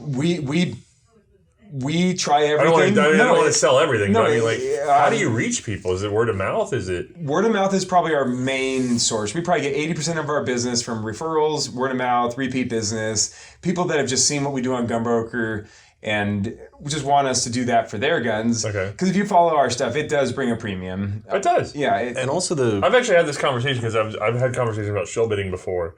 It was debated because somebody said something about LSB, and I said, I don't think so, because LSB has a material advantage over the other ones that I've seen in that they take better photos, do better descriptions, and to be honest with you, you do something that others tend to avoid, which is that you break out the segments of descriptions, so you have the sort of historical narrative section, and then you very clearly double Reddit spacing bolded, right? You have this gun is in this mechanical condition. This gun is a concept, and then this gun is the actuality, and it's very clearly defined, and it's extremely useful in a way that people don't really understand the nuance. And there's added value in the return policy. If you're a risk-free buyer, you will spend more. That's true. So in California, there is a reason we get our premium, and that's also why I say, God bless, I love our buyers. We wouldn't be here without them, but we can't give them discounts or breaks on anything. But who we can truly deliver for are the sellers, because we can get over market prices for them. Right. And as well, far it as can't be over market because you become the market. Right. As far as word of mouth for marketing, like the firearms community has so many little cul-de-sacs. Right. I mean, the big name cult collectors, they're not necessarily going to coffee with the same people as the big name Winchester collectors. Right. And neither one of those guys are talking to the guys who are really serious about their Ivor Johnson collecting. Right. Right. But if we do right by a consignor who's in the Colt single action army world, when somebody needs to sell their Colt single action armies, that's probably, he probably knows people who are going to go to him and say, where would you sell them? Right. And if we're the first name that comes to mind, that's why we try to treat everybody right, do right by everybody, because we want to be the first on everybody's mind when they say, where do I go to sell this? Go to Lock, Stock, and Barrel. Yeah, it's like, go Lock, Stock, and Barrel it. Yeah. Go eBay it. So are you guys still happy with the job? Love it, yeah. We work hard, and Bud puts in about as many hours as you do. Yeah, I was going to say. And there are weeks where we're finishing pictures and descriptions right before the auction goes live, and there are months we don't get a day off. And I'm sure you can imagine this. There's ebb and flow. I mean, the writer's work is generally constant because we're trying to get 1,000 auctions up every 2 weeks. Yeah, I saw the photographer's work is constant. Chained to the desks. Yeah, the cubicles. Yeah. The shipping department's work is pretty much constant. The office has a huge spike right when the auction closes. I'm gonna be honest. I felt like an asshole coming in here because it's clearly an organism that is doing something, and I was like the virus. And everybody's really kind about it, but it's just by being a bump in the hallway. They're pretty adaptable. They're trying to move, and my fat idiot self is just standing right where they need to be. I take that as a compliment, but because we are set up to be the most efficient machine. No, but just walking through this, you don't think about it, but walking through this building, I got in the way of not 50 people, but I probably got in the way of one guy 15 times, this one woman 3 times. You know what I mean? Like, I just kept being in the way of everybody just trying to get around in here. And it's not, they're being perfectly courteous about it, but I am in the damn way because there's shit happening. You're not. They are. They know to walk around, and we always have visitors and people. Would have been a different story at the last building we grew out of. Yeah. This is our 5th or 6th location. Jesus. Our very first ever spot was 400 square feet. We grew to 6 employees in 400 square feet, probably doing about 100 guns a month out of there. But imagine 400 square feet, no air conditioning in Southern California with 6 guys inside. Yeah, that sounds great. We put in our time. I can taste it. Yeah, the rust did not begin on those guns. And that it's not a sauna; it just feels like it. No, will you hire red-haired people? Yes, we do. We have natural and unnatural. You make them wear gloves. No. Oh, everybody wipe your guns. They don't know. Our gingers especially. I've noticed a thing, and it's been proven true through the podcast and other stuff. It's more so the red beard. Because even if you have brown hair and you have a red beard. Red can't grow a beard. Just particularly acidic sweat or something? It started with my best friend when I was younger, and I would notice like blued steel or any kind of steel really. He would just, and within half an hour you'd start to see some. Wow. I'm glad. I think that skips generations in my family because my your beard doesn't look that red. No, but my dad's beard isn't that red. But he works in network engineering, and he had laptops that had the little rubber button that you use as a mouse right in the center of the keyboard. And he would go through laptops. There's nothing wrong with the laptop except that little button was just worn down. Yeah, the little navigation clitter. And it gets worn down enough that you can't use it without depressing the keys around it, and then he just needs a new laptop. Red, appropriately named Red. I'm amazing. Right. We're really good at nicknames here. Yeah, but let's great. not go into that on the podcast. I'll have to ask him if he's ever experienced that. I would think not. We would know by now. Our other redheads are fake redheads. I don't know. I've known a number of them, and they've come forward and they go, "Yeah, me." They're There's some sort of gene that's going whether they have acidic touch. That's funny. And we can test that now. Yeah. We'll the next really rusty gun we get, we'll put in the assessment, obviously handled by a redhead. Yeah. A red chin. Yeah, we'll see what the response is, and that'll tell us. Okay, obviously. So not to keep being the one who cuts back to a previous topic. No, go for it. You'd asked about how busy we stay. Yeah. And the only ebb and flow on the writer's side, which I'm representing the writers here. Okay. Is based on the collections that come in. Because if there's an FFL that closes down and we get a bunch of retail modern guns that are still in the boxes, easy. Those go quick. That's an easy He's making auction. a face of elation. Yeah. But if we get and this has happened before too, if we get a guy who specifically collected obscure early single shot cartridge rifles, it's like, okay, this is going to be one of those auctions. Buckle up, buckaroo. And people who watch our auctions, you'll see like, oh, somebody who was collecting these came in. Yeah, you get them in. Like, we got Kevin Williams' collection. That was one of the greatest privileges I've had. Awesome. Do you ever try to blend the waves? A little bit. Because this is the thing I've always thought about in the auction world, which is that if you have a guy that collects Ivor Johnsons, and you go and sell all of his Ivor Johnsons together, the other obsessive Ivor Johnson guy maybe is on a fixed income and can only afford so many. Do you ever talk to these guys and go, can I break this up into 4 parts throughout the year? We always do. It's basically up to the consignor. We can give them the best advice we can, but if the best advice is to split that up. If the consignor says, I want this sold in 4 weeks. For us with 2-week auctions running every 2 weeks, you don't have to wait long to do that. With most of the other auction houses, it's an auction and then wait a couple months and then another auction. So we have 2 auctions every month. I know my collection, if I had to sell my collection as it is, it's not the biggest one in the world, but just because of the way it's so one topic-y, right? I'd have to spread it out for a year. There are items that would compete with other items. Yeah. Oh, yeah. Yeah. So we can make our recommendations to the consignors. It is ultimately up to them. And even then, there's people, it's not uncommon for your Ivor Johnson collector.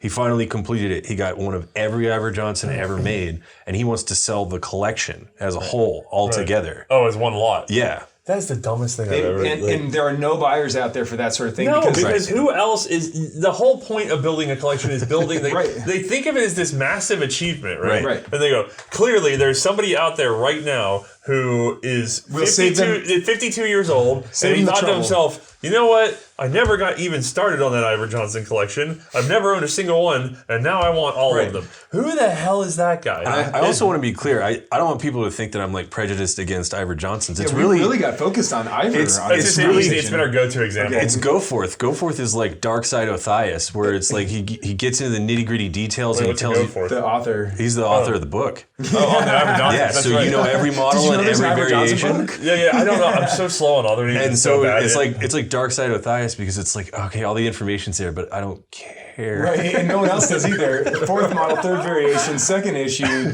type, 4th change. I actually quite like Ivor Johnsons, and it can be very hard to find certain ones. And I don't, like I said, I'm not prejudiced against Ivor Johnsons. I have spent so much time in Goforth's book that it became a chore instead of fun. I'm deeply proud of my American Arms Manufacturing Company revolver that I finally found one of. Okay. Which is a 38 top break that has it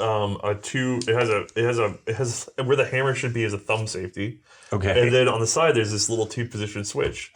And the switch I have to do some repairs on mine, unfortunately, but I think I can get it there to show off to all of you whenever I can do the video. But the switch is either double action, like a Ivor Johnson pocket. If you go the other way, it does what's called a hesitation lock, which is one of the few revolvers that do this, which is you pull the trigger once to cock, and then you pull it again to fire. Okay. It sounds safe. That's like the pull you release. can buy them. I think I spent $300 for it. You can do that all day if you can find one because nobody knows what the hell it is. Yeah. And yet it has a manual safety, a weird top brake. Actually, it's a top brake with no springs in how it works because it's a snap over design that's brilliant. It's a 0 spring top brake for the braking. I've never seen those, or I've never paid attention to them. You probably just haven't noticed it. You probably had One 2 come through and just never seen them. But I'd have caught it. Yeah. I know. We know, bud. The next one will go for a little bit more because now I told everybody. But I finally got mine, so now I can talk. Right? Okay.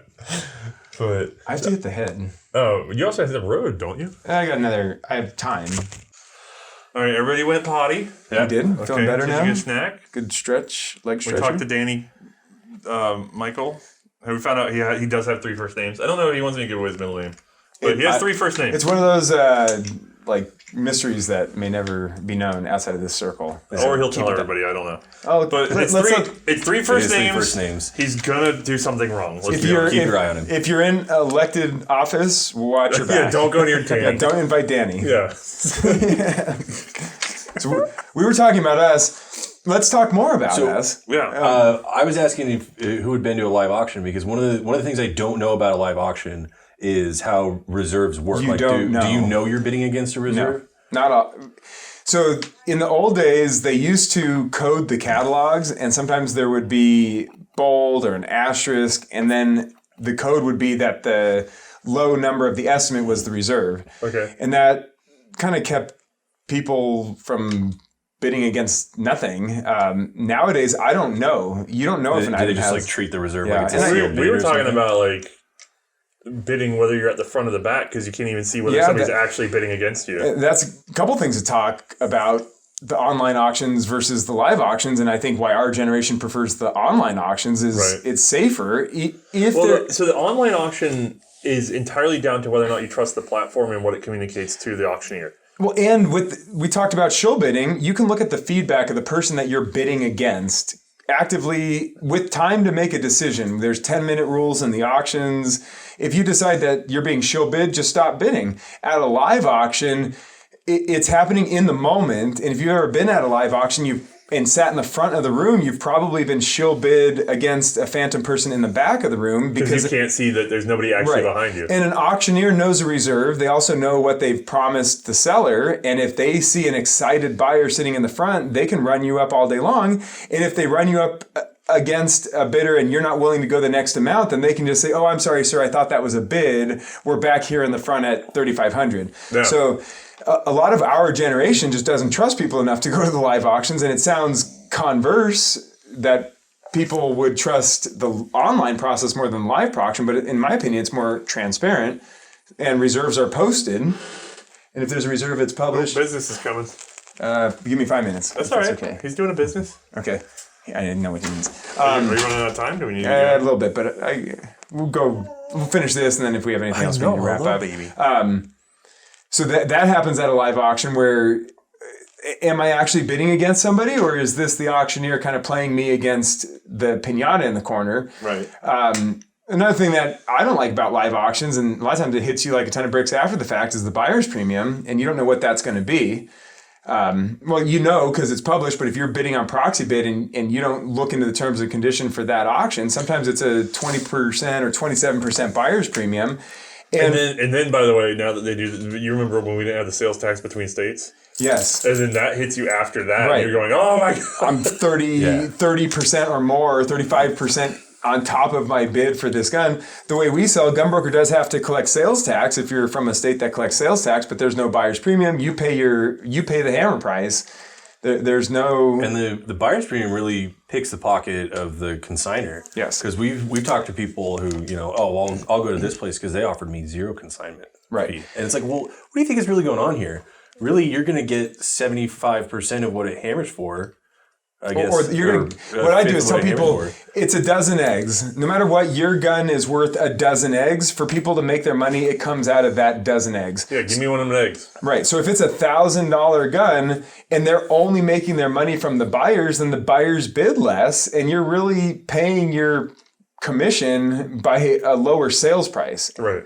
So there's no, we call it the buyer's premium fallacy, or I forget what we titled it. The math is counterintuitive because they say, 0% commission, but we have a 25% buyer's premium. That would make it, that would mean that you're getting 80% of the total sale price. Right. So really, they're getting, you're getting 80% of what it's sold for when they told you you're going to get 100%. Right. Right. But whereas if we offer a 20% commission, we're even beating the buyer's premium. I mean, Right. 20% commission for us means you get 80% of what it's sold for. Right. And we don't have a buyer's premium. It's transparent. Yeah. And it's bad. If it's $1,000 gun, you stop bidding at $850 because you're going to have, or $800 or $850 because you're going to have fees tacked on, and it's $1,000 gun. You don't want to be into it more than you could if you just jump on Gunbroker and buy one. So that was, I know Bud and I wanted to talk about the reserves a little bit and the show bidding that happens in the live auctions and then the buyer's premium. Right. And the buyer's premium turns off a large portion of the buyer's base. It does, because it's hidden math. Right. To be fair, the way the buyer's premiums are, it's so complicated to some degree that when I go to bid on, say, a proxy bid site, I have to sit there and do this. I have a spreadsheet where I put in what I think my bid should be, and then it spits out plus whatever. It unwinds it to where you actually have to bid. And then I go, oh, crap. And I have to sit there and plug and play to figure out where I want my bid to be at for it to be over here. And you're right, I could do it reverse. I just haven't. But I'm running a spreadsheet just to see, which is probably why I'm losing. Because... But as you noticed, and we talked about this before, you're losing at your bid. Right. So it's not like you're losing by a lot. Everyone else is doing that too. And it's not like they're making the moment in the decision to bid more. Right. They're actually making the decision in the moment to bid no more. And that's why, like you're talking about at moreover, there's a significant number of people that are going, okay, I'm going to bid on this live, online, live, proxy bid, ding bong, Right. And they're going to say to themselves, my maximum number is this. I have to figure out what the buyer's premium is on that number, walk it back a little bit, here I am. Right. And so when they're clicking live, they're still in their head going, I can't get more 1 or 2 clicks above, because you know what you're going to do. You're going to go 1 or 2 clicks above always. what you said. In any auction. But you're still doing it. You're tracking the number. You've already decided where your expenditure is, unless you're just an idiot who's going to complain and kick a fuss and then never do it again. And in the moment, I think it makes you less likely to make an impulse decision because you're like, I can't just make the impulse decision. It's not just another... Yeah, you're doing math. Right. You just can't. So... Yeah. I do have to make calls. Is there anything else we wanted to touch on? No, I can probably wrap us up with Bud. Well, I will say goodbye before I have to run, but thank you, buddy. Yeah, man. Have fun. Good job, bud. Yeah. Thank you. Is there anything else we haven't hit on that you feel is important to the business, actually? I mean, so back to the reserves, there's, and this is something we've had to explain to consignors before, but a lot of people will remember us because we have penny start, no reserve auctions for the vast majority of our guns. Everybody loves. Which, first of all, everybody loves that. So, I can see how from a consignor standpoint, I mean, people ask us all the time, well, what if it sells for a penny? If it sells for a penny, it's probably only worth a penny. If it sells for a penny, it might have been worth less than a penny. nothing firearm related selling for a penny. But there's like an SEO side to it where if we start at a penny and there's no reserve, first of all, if there's a reserve, it turns off a lot of people. They're not even going to click on the list. No, but it's usually a blind reserve. Right. But if we have penny start, no reserve, then we get more clicks, more people want to look at it. Right. We get more bids placed, and all of this bumps it up in the search priority. Also, you get, I didn't even think about that. So I'm just thinking the emotional investment of somebody that started bidding earlier on and went, well, I might stay with this. Now I'm invested. But it is that too, because on Gunbroker, if you bid on an item, you'll get an automated email from Gunbroker before it closes. So when our auctions start, they're penny, no reserve. Right. There's no bids and nobody's looked at them. Okay. But by the end of the first day, we've got views, we've got clicks, we've got bids. And the more bids that there are placed, the more people are going to get the reminder at the close of the auction. Hey, if you're still interested in this thing, it's closing in, half an hour, whatever the delay is that Gunbroker has. So we've seen guns. Consignor says, I want a reserve. We say, okay, we'll put a reserve on it. It doesn't sell. Right. And the very next auction, a similar item will go for more than the reserve. And the consignor will say, well, why did that happen? I said, well, because you didn't listen to us and not put a reserve on it. Right. If you don't put a reserve on it, it does better in the searches. You get more eyes on. You get more people who get reminders when the auction's closing. All these things contribute to a higher bid price. Right. And, from our business model perspective, the writers are the ones who are responsible to the customers and photography. They're responsible to do everything they can to let the customer know what it is that they're bidding on.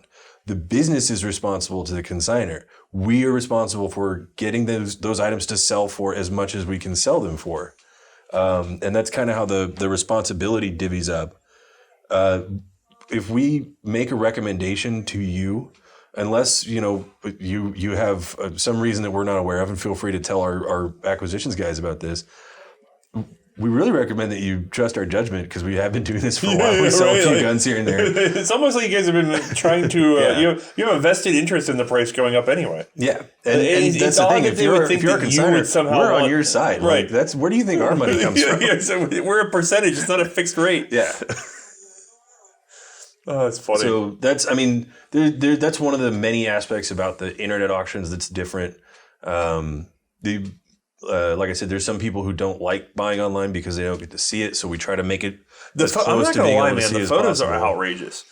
Yeah, for gun and they've actually gotten and we've I'm gonna upgraded recently. Our photos are now higher resolution, so you'll be able to zoom in more. The You guys markings have will come been through better. killing it. You also host off-site because this is interesting to me too.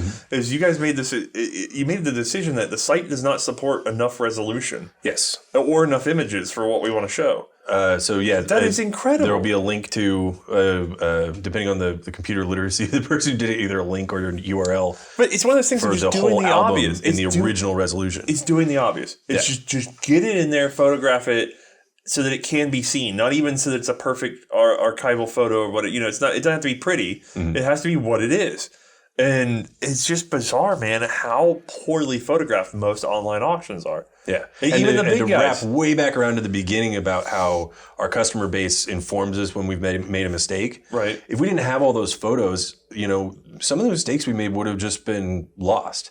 And then we don't get to let the bidders know that we made a mistake. And then maybe we take a return and we take a hit on that. The better the photos are, the easier it is for people to find out if we have made a mistake and let us know. Right. So, I mean, it's good on that end too. Yeah, it's all. I mean, I'm thinking even the big dogs. Think about some of the. I'm not going to name names, but think of some of the big dogs that have they'll say whatever rare contracts, yada yada, right? Right. But there's no picture they of take the picture features of to let you know left that's side what of it is. gun, right side of gun, and in their world, it's because it's going to sell for less than 1,000 anyway. Right. And you're going, what are you talking? LSB is if the gun is a $250 gun, it has 30 pictures. Mm-hmm. I don't even understand why the others. You're eating somebody else's lunch because they're just not bothering. Yeah, and our photographers are great photographers. They're not necessarily the most experienced gun people, but they're good at taking photos.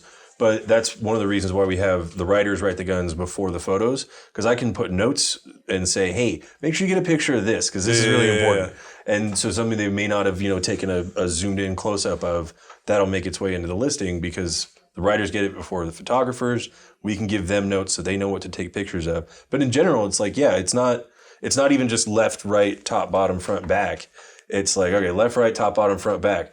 3 along the left side, 3 along the right side, 3 along the top, 3 along the bottom. Really get in there. Muzzle, and then I do have a complaint. Markings. I have a complaint. All right. Repeatedly, I've tried to view your auctions. Mm-hmm. The number one most missing photo. It's not all the time. It's rare, but it's still the most missing. I don't know if you know this. Full length, one side. I don't know why. I don't know why either. I'm not in the photography department. Yeah. I have a couple of theories. It's usually long stuff. Right. It may be due to the size of the photo booth. Right. And they'll start getting in there, and they're lovely one-by-one photos all down the length of the gun, but there's something about, and by the way, it probably doesn't even mean anything. Something about, I don't know if anybody else has this. I want to see the whole gun, even if it's a blurry, shitty little pixelated whatever. Right. I don't know why. And so some of it, I can understand that on some of it from my experience.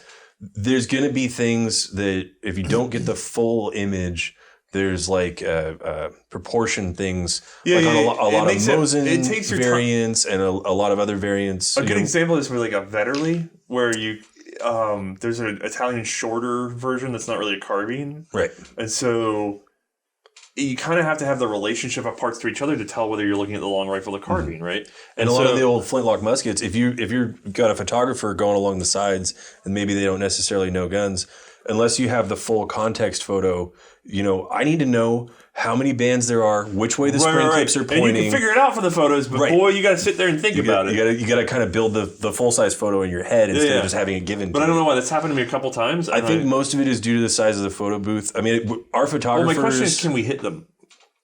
I just want to go and hit them. If I can find the listing, do I get to hit them? You're going to have to wait until they're done for the day. Okay. Once they're off the clock, go for it. Okay, good. But one thing, and you saw our photo booth. You walked through. Yeah. It's not like a modeling photo studio where the whole room. They're being fed items all day. Right. And everything's got to be locked up at the end of the day. So there are 2 photo booths right next to each other.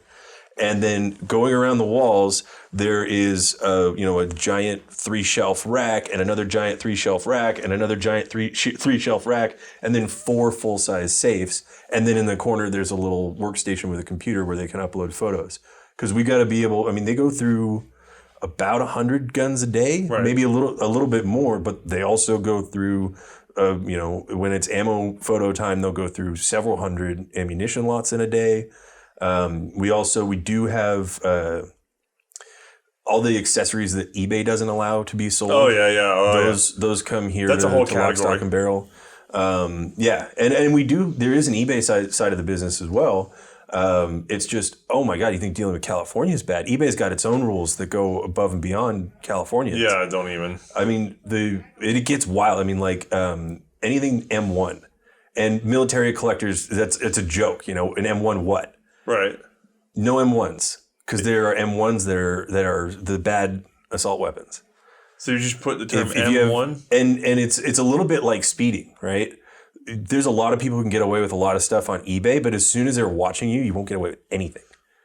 And we sell enough on eBay that they're always watching us. There's actually a dedicated eBay employee that's like watching our listings, looking for anything wrong, so that they can pull the listing. So like if you put M1 in title, they just get nervous? They say no, you can't market. This violates our policy. Whoa! So like if you have a book on the M1 Garand. I mean, we've. Bayonets have gotten pulled.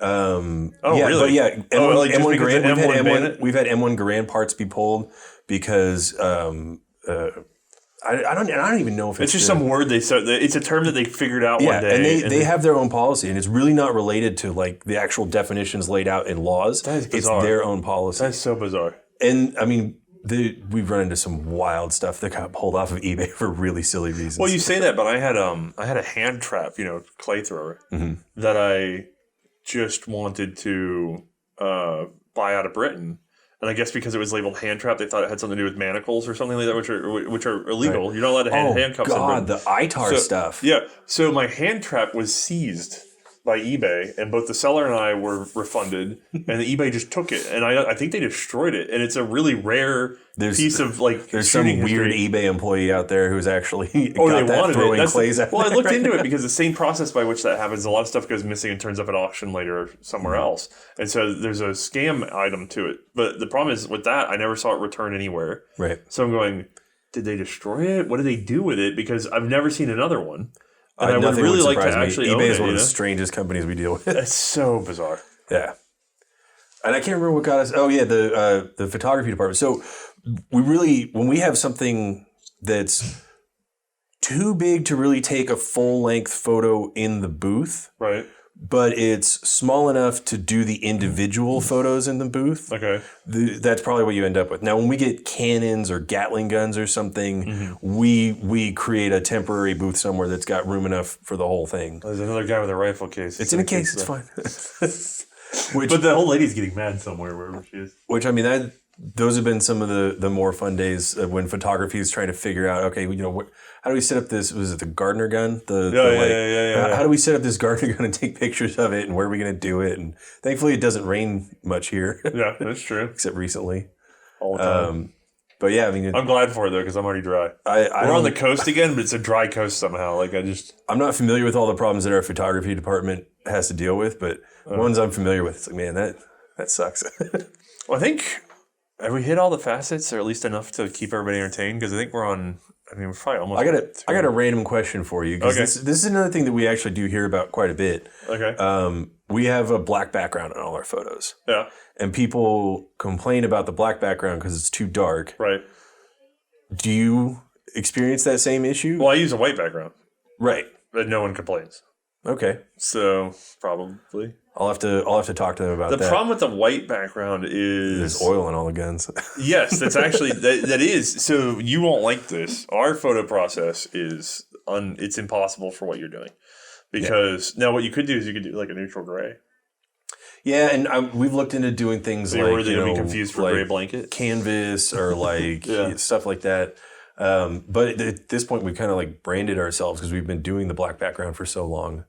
The photos are there; they're well enough. Yeah. The problem is So this is the thing that I've thought before. I'll pass that up the chain. Because we talked about how we can work together in some ways, and I'm thinking, having access to their image library is great because you guys have offered me images for years. Yeah, and oh my God, we have so... Right. But the problem is it's impossible for me to integrate them well into the show because they don't pop with what we do because I'm a white background.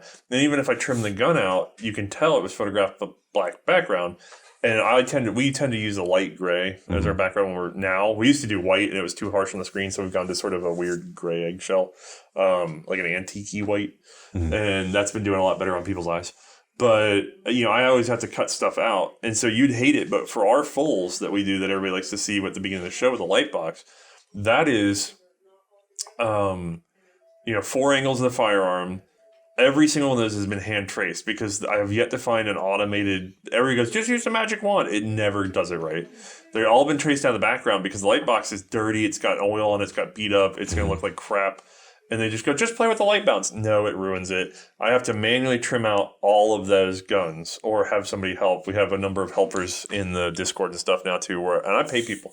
I pay them. I think it's like $20 to $25 a pop, depending on how many lines are in it. I was going to say I'm reaching way back in my memory. I have no idea where this came from, but I think there's some sort of like crowdsourced service for that. There is, where you can but just I can't farm use it out them because they random people. You'll understand why in a second. I can't use that because they don't know what they're looking at. Because they won't necessarily know when certain things are reflective, they don't know where to cut. They always use shortcuts because I've tried that a couple times to see like one of those fiber things, and they never know what they're doing. And then here's where it gets weird. Then once the gun's cut out, you then have to duplicate it into multiple layers, identify the materials. So there's a layer for blued steel, there's a layer for case hardened, there's a layer for brass, there's a layer for wood. Right. And if there's different types of wood, you might even do that and I was making this point. Oh God, what do you do with something with like so I was talking ivory inlays or something like that? Yeah, we were working with the gentleman Kurt the other day in his collection. He said, "Oh, look at this was photographed for a book," and he shows me the picture. I said, "Yes, our pictures are like that, but better." And he goes, "What do you mean?" And I said, "Well, notice that I picked up the gun because he had the gun. And I said, what do you see when you see this gun?" And we see beautiful deep blue. We see these cherry wood grips, and I was like, "Look at the colors and just tell me the colors you see in this grip." And he's going, "Red and black, really?" And I said, "Right. Now look at your photo from that book that was it was done by a professional photographer. It's great. But the problem is in getting the steel just right, because the camera's not like the human brain. It can't compensate. Right. The grip looked red and gray. It didn't have any black in it because they had taken it as a raw and they had done a color balance right at the front of it. And they hadn't separated out the materials. And the human brain can tell the materials difference and the camera can't. And I don't know where it goes off the rails, but it just never balances to one thing. So what we do is we have to balance the wood separate. We have to balance the whatever. And I'm sitting there going, this looks right. This looks like the gun I saw. And so that's what I spit out. And so it's not good for auctioning. Because, well, actually, we can't do that. Right. You can't manipulate. If we were doing any sort of manipulation on the image, and like people have accused us of doing that. And again, we come back to, I promise you we don't have time to do that. Right. But also, if we were doing that, I mean, it's fine for education. But if I'm trying to say this is an item you're going to spend money on, I can't be like, by the way, we went in and filmed with all the images. Most people understand what the camera's doing now because they've gotten used to using online bidding. You'd have had to start this process. Everybody would have had to done this from the beginning. You know what I mean? Because people understand what a camera photo is versus an actual looking at a thing, and they adjust for it accordingly. But woods tend to look gray when you make the blues look blue. You know, and I got to say, personally, my favorite thing about the advancements in photography technology is that there's no longer any good reason to put white paint in your gun's markings so that they pop out of photos. I've spent hours very gently, carefully coaxing that stuff out of the markings. Would you like to know something really horrifying? Like really horrifying? I think I've said it on this podcast before. There's a well-known firearms author, and I will never reveal who because I keep secrets, but he traveled the world in collections, writing books and things, very renowned.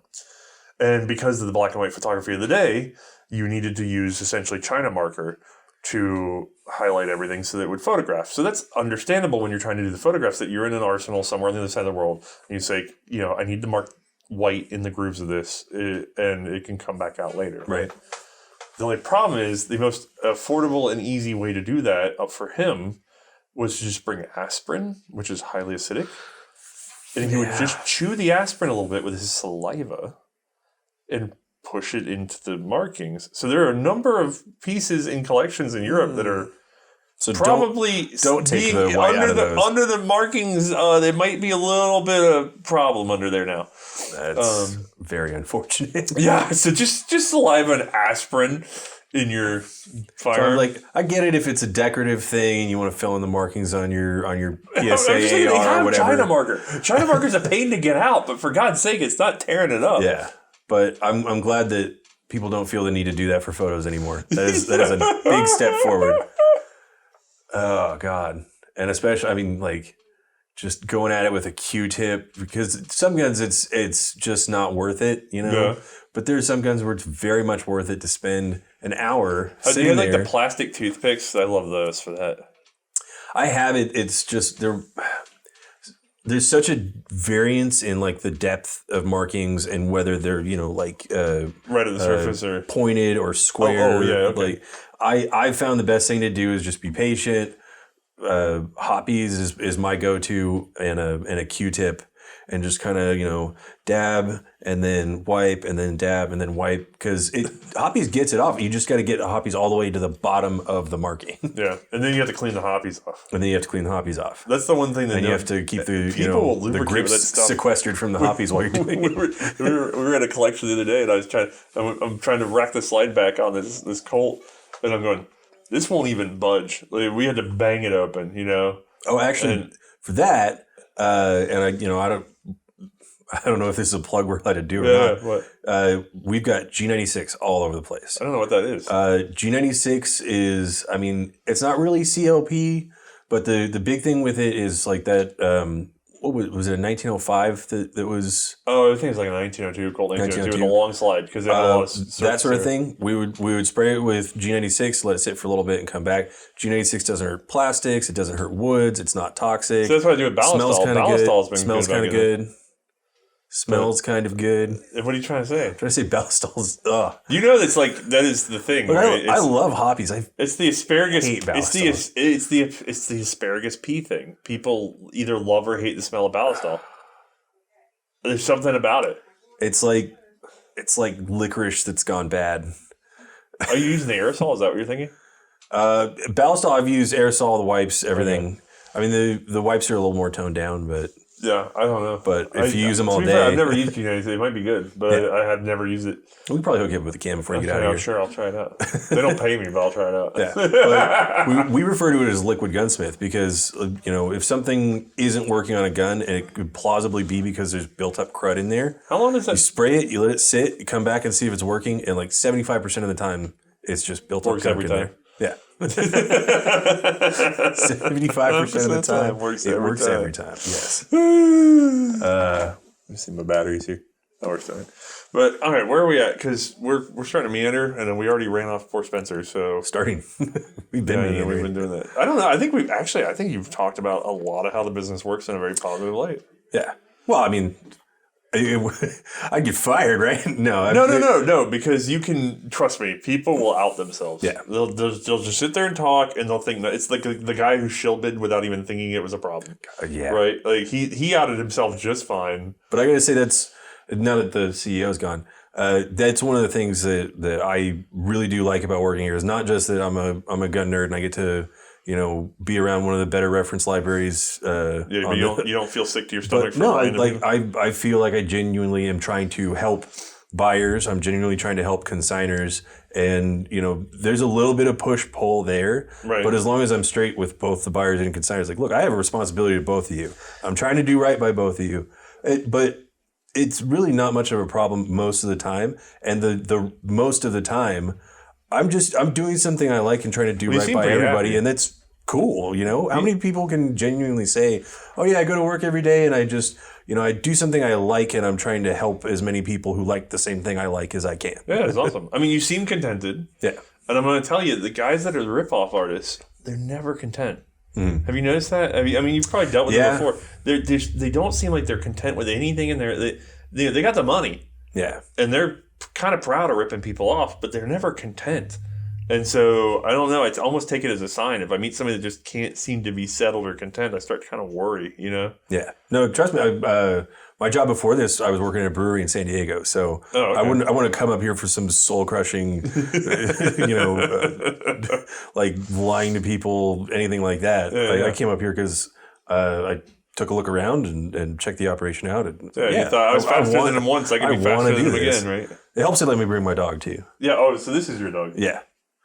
That's a very grumpy dog. Yeah, she thinks she's a little security guard. This is an elderly Australian Shepherd that has followed me around, gently growling at me, but then also demanding that I pet her on the butt. She's channeled all of her herding instincts into protecting me in any space she's decided is hers. Yeah. You're so vicious. Look at you. And she cats. Gave up. May finally gave her a treat and she calmed down. That was what it took. Yeah. Bribing the dog. Oh, did I say the T word? I'm sorry. It's okay. But, okay, well, then I'm going to wrap this up because I got to go help May with some stuff. Sure thing. We're about to go film a prototype pistol, which you guys probably will see about the time or before this comes out. I'm not really sure what order to do stuff in because I'm away from home and I can't edit anything with my little tiny crappy laptop. But we're going to play with the prototype that was here. I don't know if there's anything else that needed played with. I was going to grab some sample footage for a future episode, but I think that's really about it. Yeah. But we better go do that. So in typical fashion, I'm just going to go away now. Goodbye. I was going to say if that's how it is, but I just want to say. Oh, did you want to give a spiel on? No. You sure? Bye, guys. Didn't we talk about? Wait. We talked about ending this. See, this is the false ending, like it always is. What do you say that we need to communicate? Spencer told me we need to communicate something. Don't call him.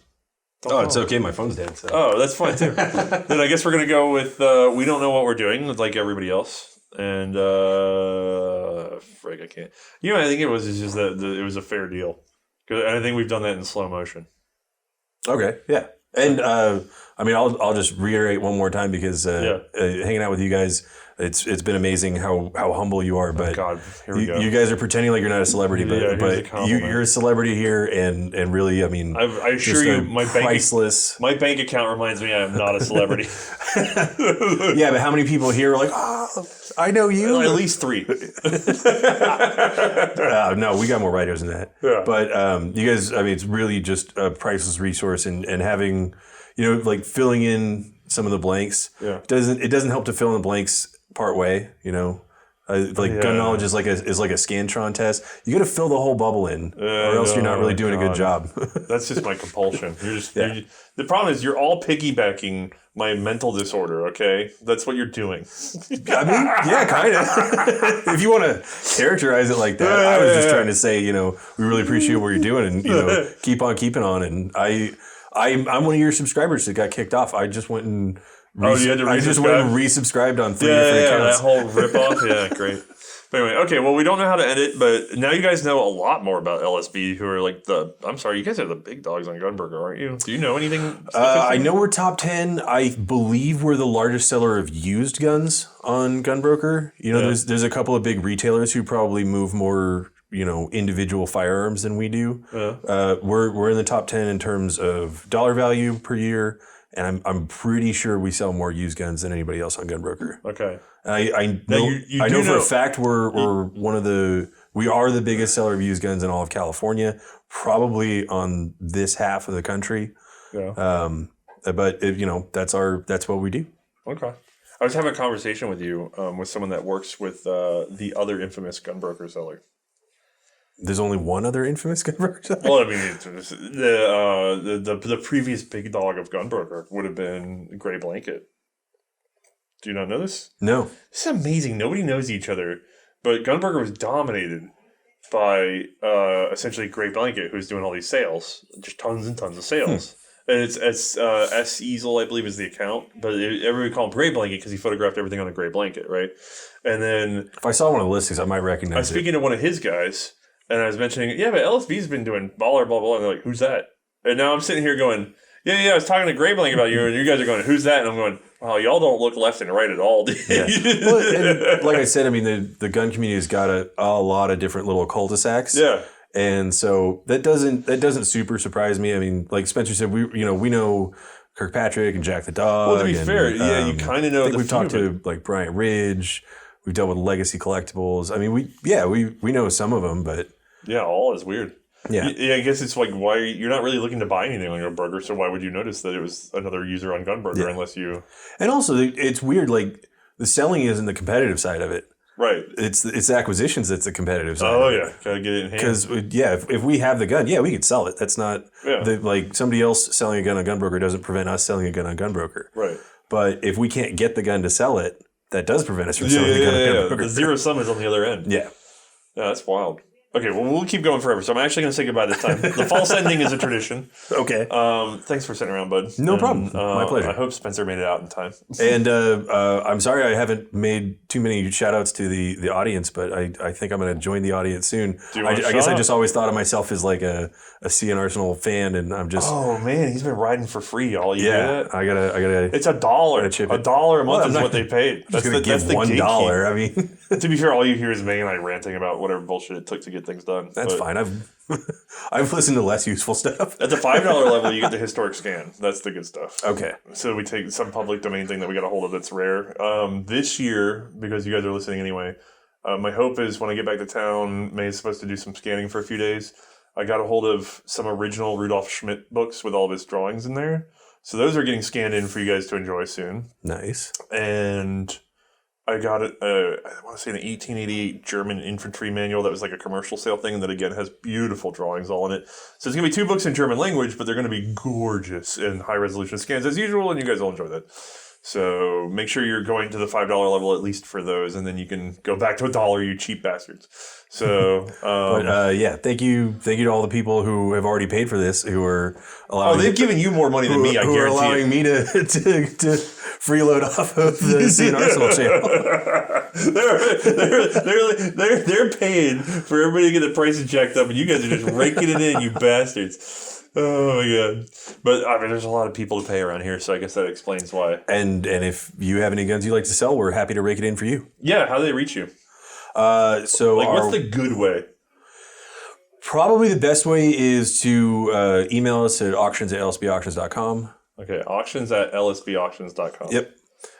You can also go to our website, lsbauctions.com, and there will be like a contact us form there. Okay, and those are like the 2 really good ways to... What would you prefer they tell you first? Like, what's the best thing to know? So the information that we would like in order for us to best serve you is how many guns you have and where you are located. Okay. Because and maybe generally what kinds of guns? Generally what kinds of guns is good. I mean, you know as well as I do, if somebody tells us I have some Mosins, we're going to need to know, like, pictures would be good.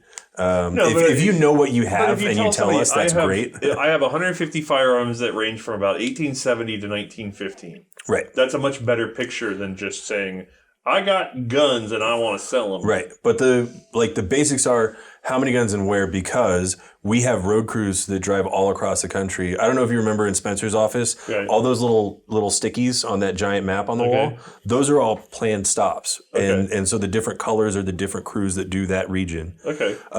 So we need to know how many guns, because we need to know how much space we need to have for the guns to pick them up and how big of a trailer do we need to bring? Is this a little tow behind U-Haul with the Jeep Wrangler? So then I have 1,000 guns, but they're all 32s, and I'm not going to tell you that till you show up. I mean, if we're picking up 1,000 guns at one location, trust me, that's more efficient than picking up 15 guns from however many locations makes 1,000. Sorry, my math is a little slow right now. No, I just like the idea that you're going to bring like a tractor trailer, and it's like they were all little pocket pistols. But if we know where you are and how many guns to expect to pick up from you, although, if you can say, about this many handguns, about this many all handguns, that changes it. That's what we need to know to get you slotted into a schedule, so we know who's going to be able to pick up from you and when. Okay. And then we can start talking about, okay, we can be there on this day at this time, or let us know a better time and we'll try to shuffle the route around. Right. But that's what lets us get you on our pickup. And if you just want to mail them to us, that's even easier. Yeah. But if you want somebody to show up at your door, look at them, take an inventory, give you a carbon copy, and leave, then we need to know how many. We didn't even talk about mailing stuff. We'll have to talk again sometime. Yeah. But I mean, that we're happy to be as involved, let you be as involved as you want. But our goal is to either, we'll be with you every step of the way, all the way through. Okay. Or if you would like, someone will show up, they will take your guns, they will leave, and you'll get a check in the mail. And if that's what you want, that we can do everything in between. Nice. But it starts with when you know where you are, how many guns you have. Then we can look at our route schedule, figure out where we can fit you in, who needs to be there with what vehicle, and that's how it all starts. That's awesome. Yeah. Okay. Well, lsbauctions.com, auctions@lsbauctions.com for email. And if you need to call us, 805-285-0715. Good resource for if you have relatives or friends that are, let's say there's an older gentleman at the that you know is a collector that doesn't have any inheritors. Mm-hmm. Might be worth telling them, hey, you could have this taken care of. Because don't always just think of yourself. Like, there's going to be other people that might need the resource. Right. But, all right, well, in that case, now it's really, really, really, really the ending. This isn't another false ending? They always are. We've never figured out how to end these things properly. So we're going to go away. Goodbye. Goodbye.